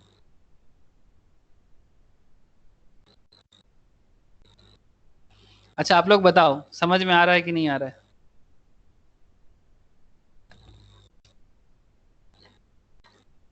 Hello hello. है दादा, समझ में आ रहा है ना? है। ओके। हाँ हेलो, किसने बोला? शंकर जी बोला क्या? हेलो। हाँ शंकर जी बोलिए, दिख रहा है? मैं दोबारा, हाँ नहीं नहीं कुछ नहीं, ब्लैंक ही आ रहा है मेरा। मैं दोबारा आ गया आ गया आ गया। आ गया है ना? हाँ आ गया। अच्छा ठीक है। देखिए भारत बॉन्ड ब्रोकिंग, आपका एक चार्ट नहीं दिख रहा है आपको? हाँ जी। ओके ठीक है। तो देखिए ये कुछ कंपनीज है जो बेसिकली ईटीएफ में बहुत फेमस है। मोतीलाल ओसवाल, बिरला सन लाइफ गोल्ड, आप नाम सुने होंगे। एसबीआई ईटीएफ गोल्ड, ठीक है, Kotak gold ETF, quantum gold, UTI gold exchange, IDBI gold exchange, ऐसा अलग अलग है जो बेसिकली देखिए इनका रिटर्न भी आप देख सकते हैं 28% 5 साल में, किसी का 1 साल में 42% रिटर्न है, किसी का 42, एकदम रियल लाइफ डेटा है सर यहाँ पर। ये एज ऑन 24 जुलाई का रिटर्न है सब कुछ जो भी मैंने यहाँ पर दिया। बहुत सारा कंपनीज है, कुछ अच्छा खराब कंपनीज भी है जिसका रिटर्न लास्ट कुछ ईयर में अच्छा नहीं हुआ, कुछ कंपनीज ऐसा है जिसका रिटर्न बहुत ही अच्छा हुआ है। जैसे यहाँ पर आप देख सकते हैं कोटक का भी है, कोटक सेंसेक्स ईटीएफ, मतलब बेसिकली ये सेंसेक्स बेस्ड है, आप समझ रहे हैं ना? मतलब सेंसेक्स में जितना कंपनी लिस्टेड है, इसका मतलब यही है कि सेंसेक्स में जितना कंपनी लिस्टेड है, जो टॉप 30 होता है सेंसेक्स में, इंडिया में सेंसेक्स बनता है टॉप 30 से और निफ्टी बनता है टॉप 50 से। ये सारा का सारा कंपनी के अंदर जो भी इन्वेस्टमेंट है उनका रिटर्न के ऊपर ये अपना परसेंटेज रख के बाकी आपका रिटर्न है। तो जो भी हो ये 6.93 दिया है लास्ट 5 साल में, ये मैं कुछ खराब बता रहा हूँ आपको। फिर यहाँ पर आप देख सकते हैं यूटीआई का भी है, unit trust of India government का, ये एसबीआई का भी ईटीएफ सेंसेक्स है। डिपेंड करता है कि मैनेजमेंट में कौन है, कौन पोर्टफोलियो को मैनेज कर रहा है, इस पे डिपेंड करता है कि आपको कैसा रिटर्न मिल सकता है। लेकिन ये गजब का है, मतलब अगर किसी को म्यूचुअल फंड में रख के बोरिंग लगता है ना, वो ईटीएफ सोच सकते हैं, क्योंकि ईटीएफ में आप बाइंग सेलिंग डेली कर सकते हैं, ऐसा चांसेस होता है। पर डे एक ही बार बाइंग सेलिंग हो सकता है, बार बार नहीं, लेकिन गजब का एरिया है। एक्सचेंज ट्रेडेड फंड्स, आइडिया समझ में आ रहा है? बाकी डिटेल चर्चा कभी करेंगे ईटीएफ में, लेकिन फिलहाल आपको मैं बताना चाहता हूँ ओवरव्यू क्लियर है कि नहीं, बताइए प्लीज।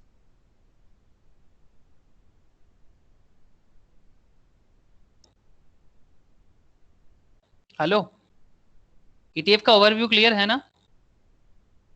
हाँ जी सर। यस नो कुछ तो बोलिए, किसी का भी आवाज नहीं आ रहा है मेरे पास। Yes sir yes. ओके ठीक है। ठीक है, तो मैंने टेक्निकल टर्म्स जो भी था हम लोगों ने मैक्सिमम कवर अप कर चुके हैं, ठीक है। आज मैंने केस स्टडीज के बारे में डिस्कशन करने का सोचा था, तो चलिए एक बार केस स्टडीज जो था मैं आपको एक बहुत ही कंसर्न केस है, ठीक है, मैं आपको एक बार दिखाना चाहता हूँ। इट्स वेरी कंसर्न केस, लेकिन मैं एक बार आपके साथ शेयर करना चाहता हूँ। तो चलिए आज का केस स्टडीज मैं फटाफट एक बार रैप अप करके आपको बताना चाहता हूँ कि एक बार आपकी केस स्टडीज देख लीजिए। जो आज का एक स्पेशल डिस्कशन मैंने आपको ईमेल में भी दिया था। एयरलाइंस इंडस्ट्री बहुत प्रॉब्लम में है, तो बेसिकली पॉइंट यही है, is this the end game of for airlines? क्या एयरलाइंस के लिए एंड गेम चल रहा है क्या? क्या खत्म हो जाएगी एयरलाइंस इंडस्ट्री, टिकेगा ही नहीं मार्केट में? दिस द बिग कंसर्न है एयरलाइंस के लिए, specially due to COVID situations और खराब है। आप सबको समझ में आ रहा है, सुनाई दे रहा है क्या? स्क्रीन दिख रहा है ना? Yes sir. हाँ जी। एक बार फटाफट देखिए ये एयरलाइंस इंडस्ट्री का सिचुएशन एक बार देखिए, क्योंकि आप लोगों में से अगर किसी ने सोचता है कि एयरलाइंस में इन्वेस्टमेंट करना चाहिए कि नहीं चाहिए, या फिर किसी को लगता है कि अगर किसी के पास एयरलाइंस का स्टॉक है कि हम सेल कर दे कि नहीं सेल कर दे, जो भी आपके दिमाग में चल रहा है उससे पहले एक बार आप स्टोरी देख लीजिए। जैसे कि आप देख सकते हैं एयरलाइंस का अंदर वाला बात है ना, ये एयरलाइंस के अंदर वाला सिचुएशन है कि जो हम लोग जब एयरलाइंस में जाते हैं तो क्या दिखते हैं, यही पर यही इसी पे खेल है। ये जो सीटिंग कैपेसिटी है ना, ये सीटिंग कैपेसिटी में कुछ गड़बड़ हो गया है, और इसी गड़बड़ को आपको समझाना है कि क्या गड़बड़ हुआ है। देखिए एक बार, कॉस्टिंग एक बहुत इंपॉर्टेंट खेल है। जो लोग कॉस्टिंग पढ़ते हो मैं उनको बताना चाहता हूँ कि कॉस्टिंग का यूज देखना भी, मार्केट को समझने के लिए कॉस्ट अकाउंट का क्या क्या क्या क्या खेल है कॉस्टिंग का, आपको अभी समझ में आएगा।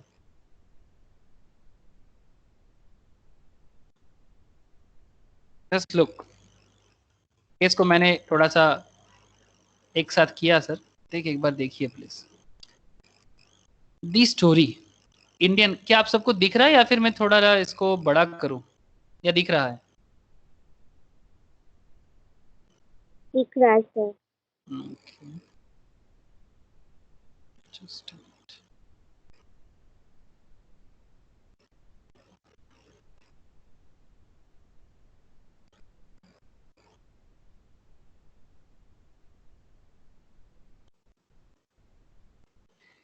Indian Airlines, some of the cheapest, एकदम real life data है sir. Indian Airlines offers some of the cheapest flights you could find anywhere on the planet। पूरा दुनिया में, पूरा दुनिया भर में, क्या मतलब पूरा विश्व ब्रह्मांड में इतना सस्ता फ्लाइट सिस्टम और कहीं नहीं है। तो रियलिटी है। And they have managed to do this in a large part by cutting cost across the board। मतलब जो बोर्ड, मतलब सिर्फ इसको कहते हैं बोर्ड, जहां पर हम लोग चढ़ते हैं, ठीक है, दिस इज कॉल्ड बोर्ड। ये बोर्ड में ही ये कॉस्ट को कट करता है, मतलब नहीं तो पॉसिबल नहीं है। एयरलाइंस इंडस्ट्री बहुत ही एक एक्सपेंसिव इंडस्ट्री है। जैसे कुछ कंपनीज का नाम मैं आपको बता सकता हूँ, आपको लोगों को भी पता है, मेरे से ज्यादा पता है। जैसे कि गो एयर, इंडिगो, ये शेयर मार्केट में लिस्टेड है, ये नहीं है, इंडिगो शेयर मार्केट में लिस्टेड है। स्पाइस जेट, ये भी स्टॉक मार्केट में लिस्टेड है। आजकल थोड़ा सा इसका स्टॉक थोड़ा अच्छा है। जेट एयरवेज, इसका हालत खराब है लेकिन फिर भी उठने का कोशिश कर रहा है। जेट, अच्छा। एयर इंडिया है लेकिन लिस्टेड नहीं है। विस्तारा है, फॉरेन के साथ, एयर टाटा के साथ, विस्तारा जो है टाटा के साथ कॉम्बाइन में है। सारा का सारा मैं आपको बताने वाला हूं कि जो भी एयरलाइंस इंडस्ट्री में है और एयरलाइंस का जो भी सब्सिडरी है, जो भी है, उसका सिचुएशंस काफी चिंतित है। इसलिए मैंने ये वाला केस आपके सामने लाया। ये बिजनेस के बारे में आपका सोच क्या होना चाहिए, आप किस तरह से एक बिजनेस के बारे में सोच सकते हो। तो देखिए, they could always offer A premium experience by throwing an extra leg room. हम लोग जब भी फ्लाइट में चढ़ते हैं क्या सोचते हैं, थोड़ा पैर रखने का ज्यादा जगह मिल जाए। यस, हाँ ना प्रिया, ऐसा ही सोचते कि नहीं सोचते कि थोड़ा एक्स्ट्रा लेग रूम मिल जाए, हाँ सर। या कपल ऑफ फ्री बाइज मिल जाए। But that would inevitably translate to higher fares. अगर आपको ज्यादा फैसिलिटी चाहिए, मोर फैसिलिटीज मतलब फेयर ज्यादा, और मोर फेयर में प्रॉब्लम जो इंडियंस देना नहीं चाहते। लार्ज कम्युनिटी ऑफ इंडियंस, मतलब लार्ज पार्ट ऑफ इंडियंस ये पसंद नहीं करता कि वो ज्यादा से ज्यादा फेयर दे। किंगफिशर एयरलाइंस का नाम तो आप लोग सुने होंगे, किंगफिशर का नाम तो आप सबको ही जानते हैं। विजय माल्या, हेलो, इसका नाम तो सुने हैं। काल, ये काल काल हो गया। बेसिकली ये क्या करना चाह रहा था, मोर फैसिलिटीज विथ लो कॉस्ट, और इसको अपना बिजनेस बंद करना पड़ा। मोर facilities is low cost possibility नहीं है, बिजनेस चलाने लायक पॉसिबिलिटीज नहीं था। इसीलिए ये वन ऑफ द रीजन था किसने इतना बड़ा लॉस खा गया। और इसका लोन कितना था पता है आप लोगों को, क्या काल का? 35,000 करोड़ सिर्फ स्टेट बैंक का लोन था। अभी भी केस चल रहा है, अभी भी वो फॉरेन में है, इंग्लैंड में है, ठीक है, अभी भी कुछ खबर नहीं हो रहा है कि, लेकिन चल रहा है, प्रॉब्लम चल रहा है, ठीक है, लेकिन उनका बिजनेस अच्छा खासा है, बहुत कुछ रिकवर हो सकता है। लेकिन जो भी हो, पॉइंट देखिए एक बार, कहना क्या है मुझे। But that would inevitably translate to higher fares. तो अगर आप ज्यादा फैसिलिटी चाहोगे तो फेयर ज्यादा हो जाएगा, लेकिन इंडियंस ज्यादा फेयर नहीं देना चाहते।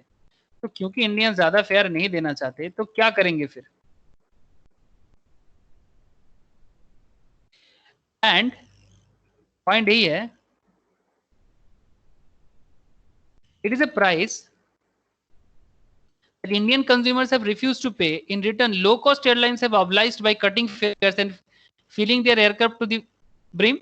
This equation encapsulates lopsided unit economics, deriving most airlines business rather succinctly. मतलब maximum airlines business को एक problem में डाल दिया, और क्योंकि problem में आ गया तो आगे problem और बढ़ रहा है, mainly because of passenger load factor. मैं अभी आपको दिखाने वाला हूँ ये passenger load factor क्या है।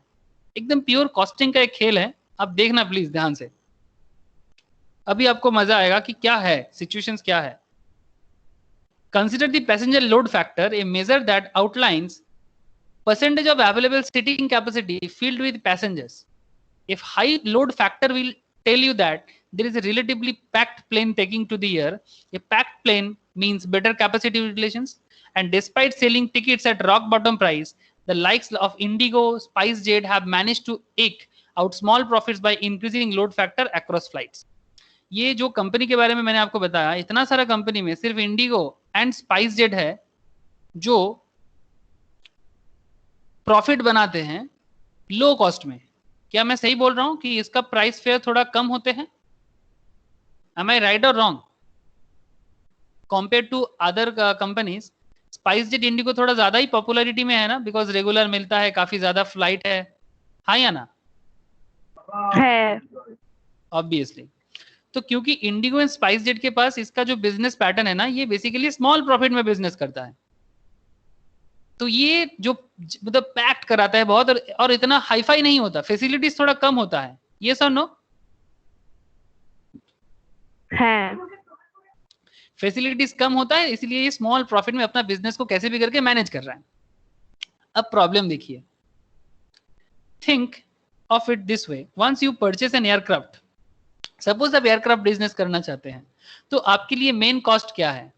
ट्रेन अ फ्लाइट क्रू, जो फ्लाइट का क्रू है उनको ट्रेन कराना, एंड शेड्यूल डिपार्चर, टाइम में डिपार्चर करके दूसरा जगह में जाना.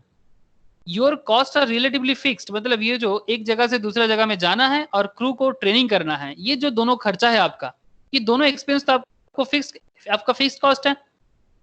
ये सर नो? जो भी आपका क्रू मेंबर है, लाइक जो भी पायलट है, जो भी एयर होस्टेस है, इनका जो खर्चा है ये तो फिक्स्ड है. ये सर नो? और अगर आपको प्लेन बिजनेस करना है, आपको गाड़ी तो एक जगह से दूसरा जगह लेके जाना पड़ेगा आपका एयरक्राफ्ट को. हेलो?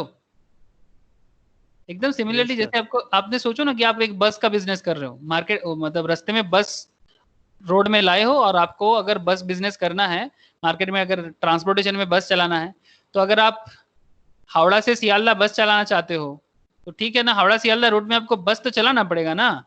सर ये बहुत प्रॉफिटेबल रूट है. हाँ ठीक है, लेकिन बड़ा लो कॉस्ट रूट है, जो भी हो, लेकिन बहुत ही प्रॉफिटेबल रूट है, मतलब सदियों से चले आ रहा है. क्या हावड़ा सियालदा एयरक्राफ्ट चलेगा? नहीं रे बाबा, नहीं चलेगा.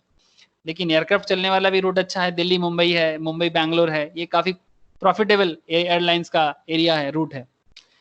लेकिन कहना यह है कि मीनिंग द मार्जिनल कॉस्ट, यहाँ पर एक कॉन्सेप्ट आता है मार्जिनल कॉस्ट का. जो लोग कॉस्टिंग करते हो बेटर समझ सकते हो, जो लोग नहीं करते हो डोंट वरी, इतना समझ जाओगे. Meaning the marginal cost of adding another passengers on this flight is near negligible. अगर आप एक फ्लाइट में जैम पैक कराते हो, मतलब फुल पैक्ड फ्लाइट कराते हो, तो एक एक्स्ट्रा पैसेंजर क्या कुछ कर लेगा क्या? मतलब meaning the marginal cost of adding another passenger on this flight is near negligible. So if you wanted to break even और turn a profit, break even मतलब आप लोग जानते हो, नो प्रॉफिट नो लॉस, है ना?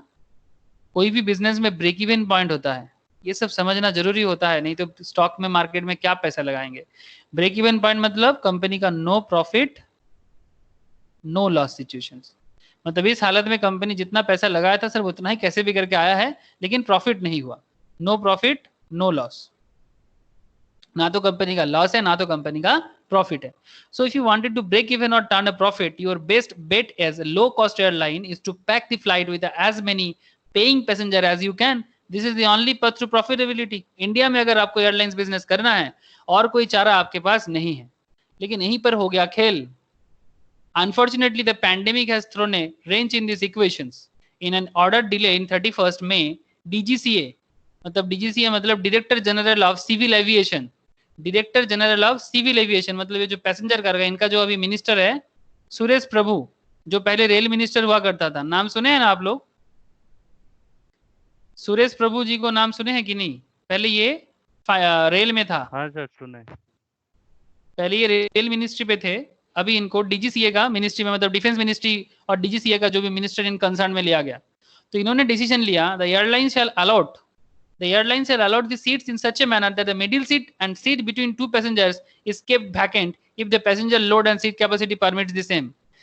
डीजीसीए का ये डिसीजन क्या गजब का खेल कर देगा एक स्टॉक मार्केट लेवल में बिजनेस का, आप सोच भी नहीं सकते.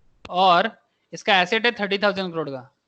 मतलब अगर आज सेल कर दो ना कंपनी को तो भी 22,000 करोड़ का लोन में कंपनी बैंकरप्टेड है। समझ पा रहे हैं ना? तो ऐसा हालत है इंडस्ट्री का। ऐसे हालत में कैसे भी करके इंडिगो स्पाइसजेट अपने आप को टिका रहा था, लेकिन फिर भी देखो ये एक लोड फैक्टर जो ड्रास्टिक हिट हुआ है।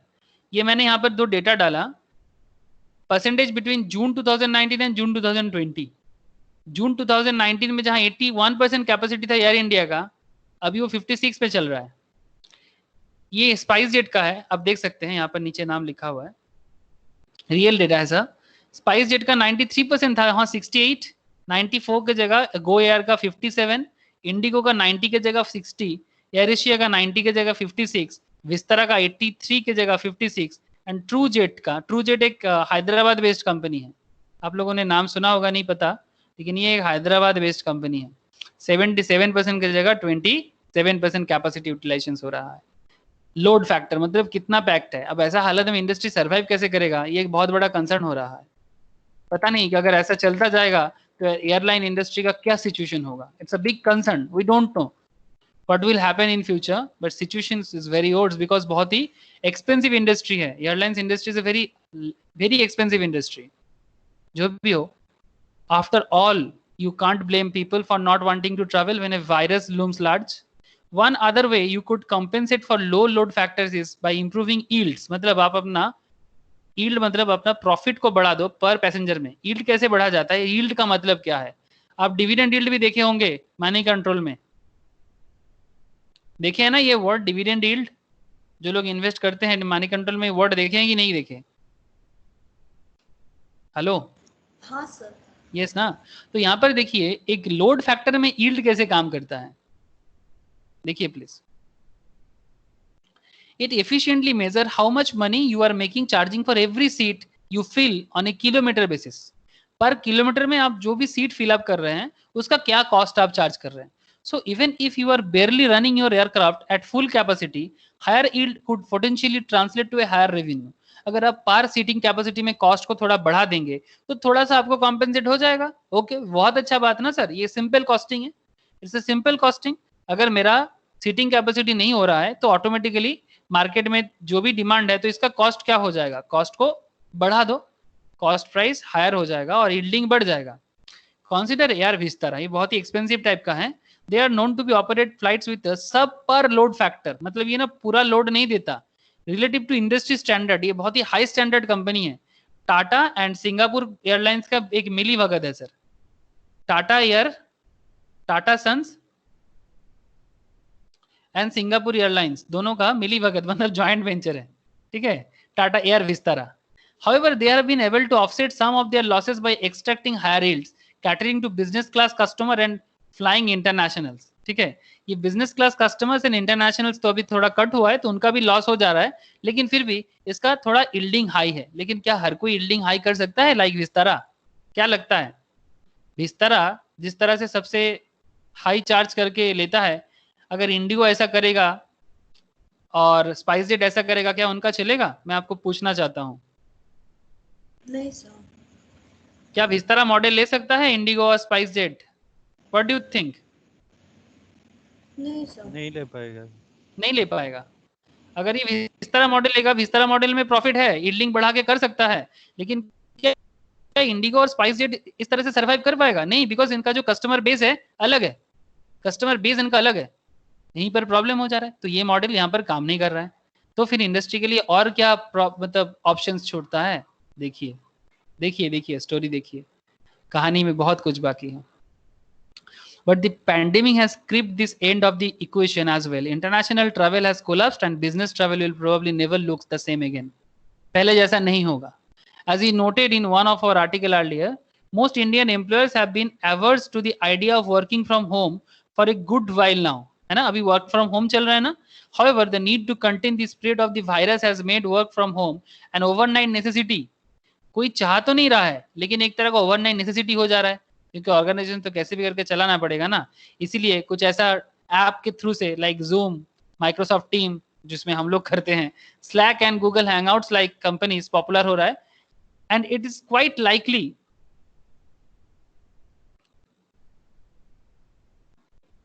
it is quite likely that business travel will settle at structurally low level once the pandemic subsides.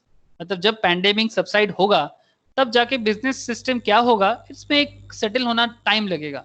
उसमें एक दूसरा पॉइंट आ जाता है. देखिए और एक खेल है. Beside this, airlines also have contained the price caps. First 21st May को गवर्नमेंट ने क्या बताया, देखिए गवर्नमेंट अनाउंस किया it was capping fares of 18,600, 18,600 के ज्यादा कोई भाड़ा नहीं ले सकता for the next 3 month. Meaning even if airlines wanted to improve yield by charging a higher fare, they would have a battle government regulation fast. That's no easy feat. So these entities have been left to contend with the crisis alone, and they have stood up to the task by doing the only thing they can do, cutting cost once again.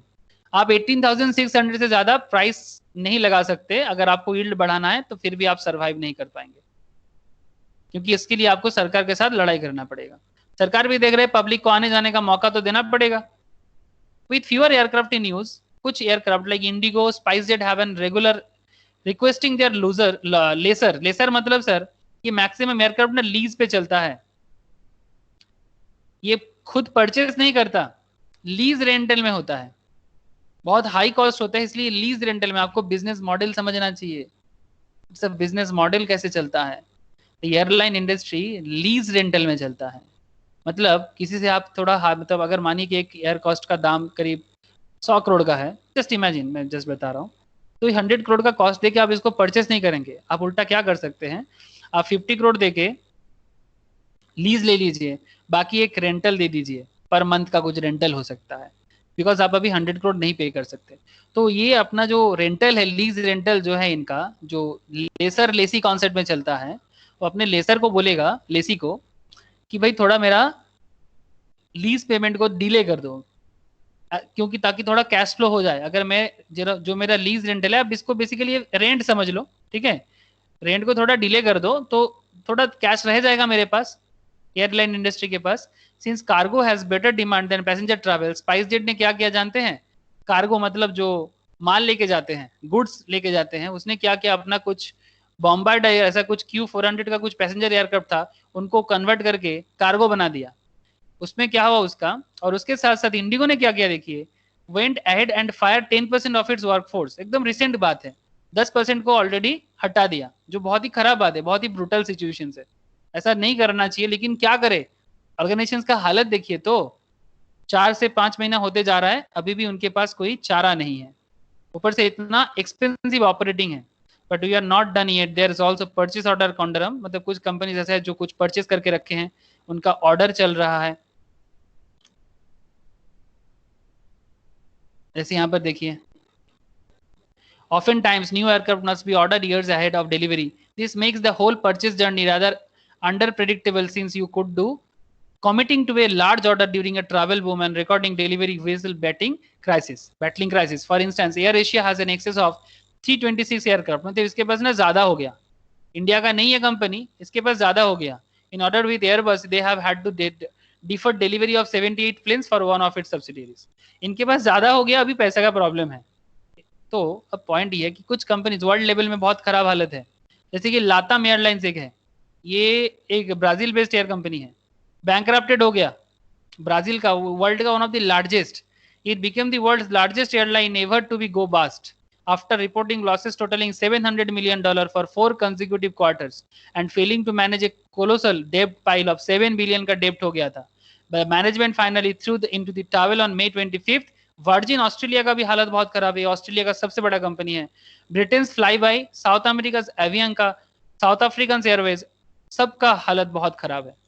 इस तरह से मतलब मैं आपको बस इतना ही बताना चाहता हूँ कि आपको एक बार मैं ग्लोबल सिनेरियो भी दिखाया और आपको मैं इंडियन सिनेरियो भी दिखाया कि एयरलाइंस इंडस्ट्री का सिचुएशन करेंटली तो अच्छा नहीं है. ओके, तो अगर इसी तरह से देखा जाए तो हालत कुछ ऐसा. रिसेंटली इसको रिकवर करने के लिए सरकारी हेल्प चाहिए, जैसे यूएस ने किया. US recently announce 25 billion rescue package, $25 billion. Swiss government, Switzerland ने $2 बिलियन का कॉस्ट उठाया. इस तरह से कुछ फॉरेन कंट्री स्टेट्स ने 123 बिलियन का किया. लेकिन इंडिया में Indian government is yet to announce anything substantial for the beleaguered domestic market, and that leaves us with an industry that is running below capacity, with small fleets still employing hundreds and thousands of people who are putting up a brave face despite the looming threat of virus. Basically, आपको समझ में आ रहा है कि industry का हालत क्या है?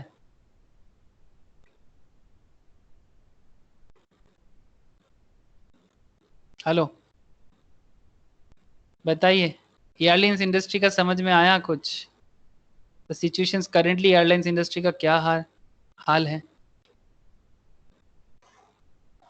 जैसे करंट सिचुएशंस, ऑब्वियसली जैसे थोड़ा सा मार्केट मूव ऑन होगा या फिर जैसे थोड़ा वायरस प्रॉब्लम ठीक ठाक होगा, वी होप कि मार्केट फिर से थोड़ा अप होगा। तो आपको मैंने आइडिया तो दे दिया कि एक पर्टिकुलर इंडस्ट्री के बारे में, तो किसी भी इंडस्ट्री के बारे में हम लोग इस तरह से एनालाइज कर सकते हैं। एनी काइंड ऑफ इंडस्ट्री में हम लोग इस तरह से एनालाइज कर सकते हैं और उसके बारे में कुछ ना कुछ फाइंड आउट जरूर कर सकते हैं। तो इंटरनेशनल, नेशनल, सारा का सारा सिनेरियो मैंने आपके साथ शेयर किया। बताइए,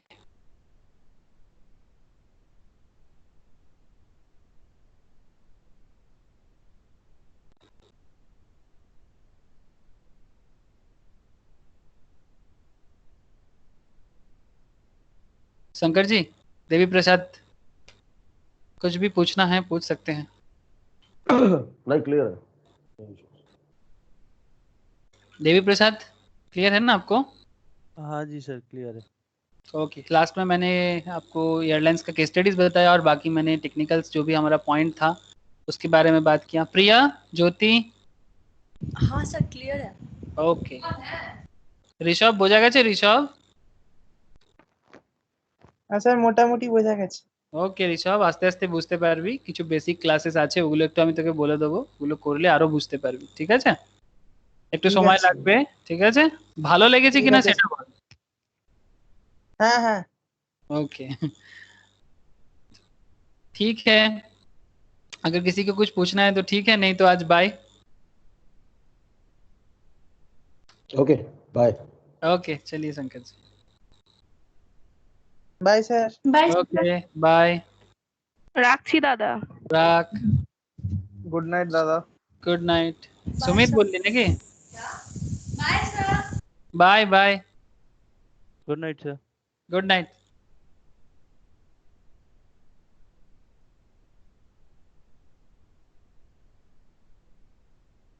বলছি কিছু বললে? না না ঠিক আছে, বাই করলি তো? আচ্ছা, হ্যাঁ হ্যাঁ হ্যাঁ, ঠিক আছে, গুড নাইট। Good night.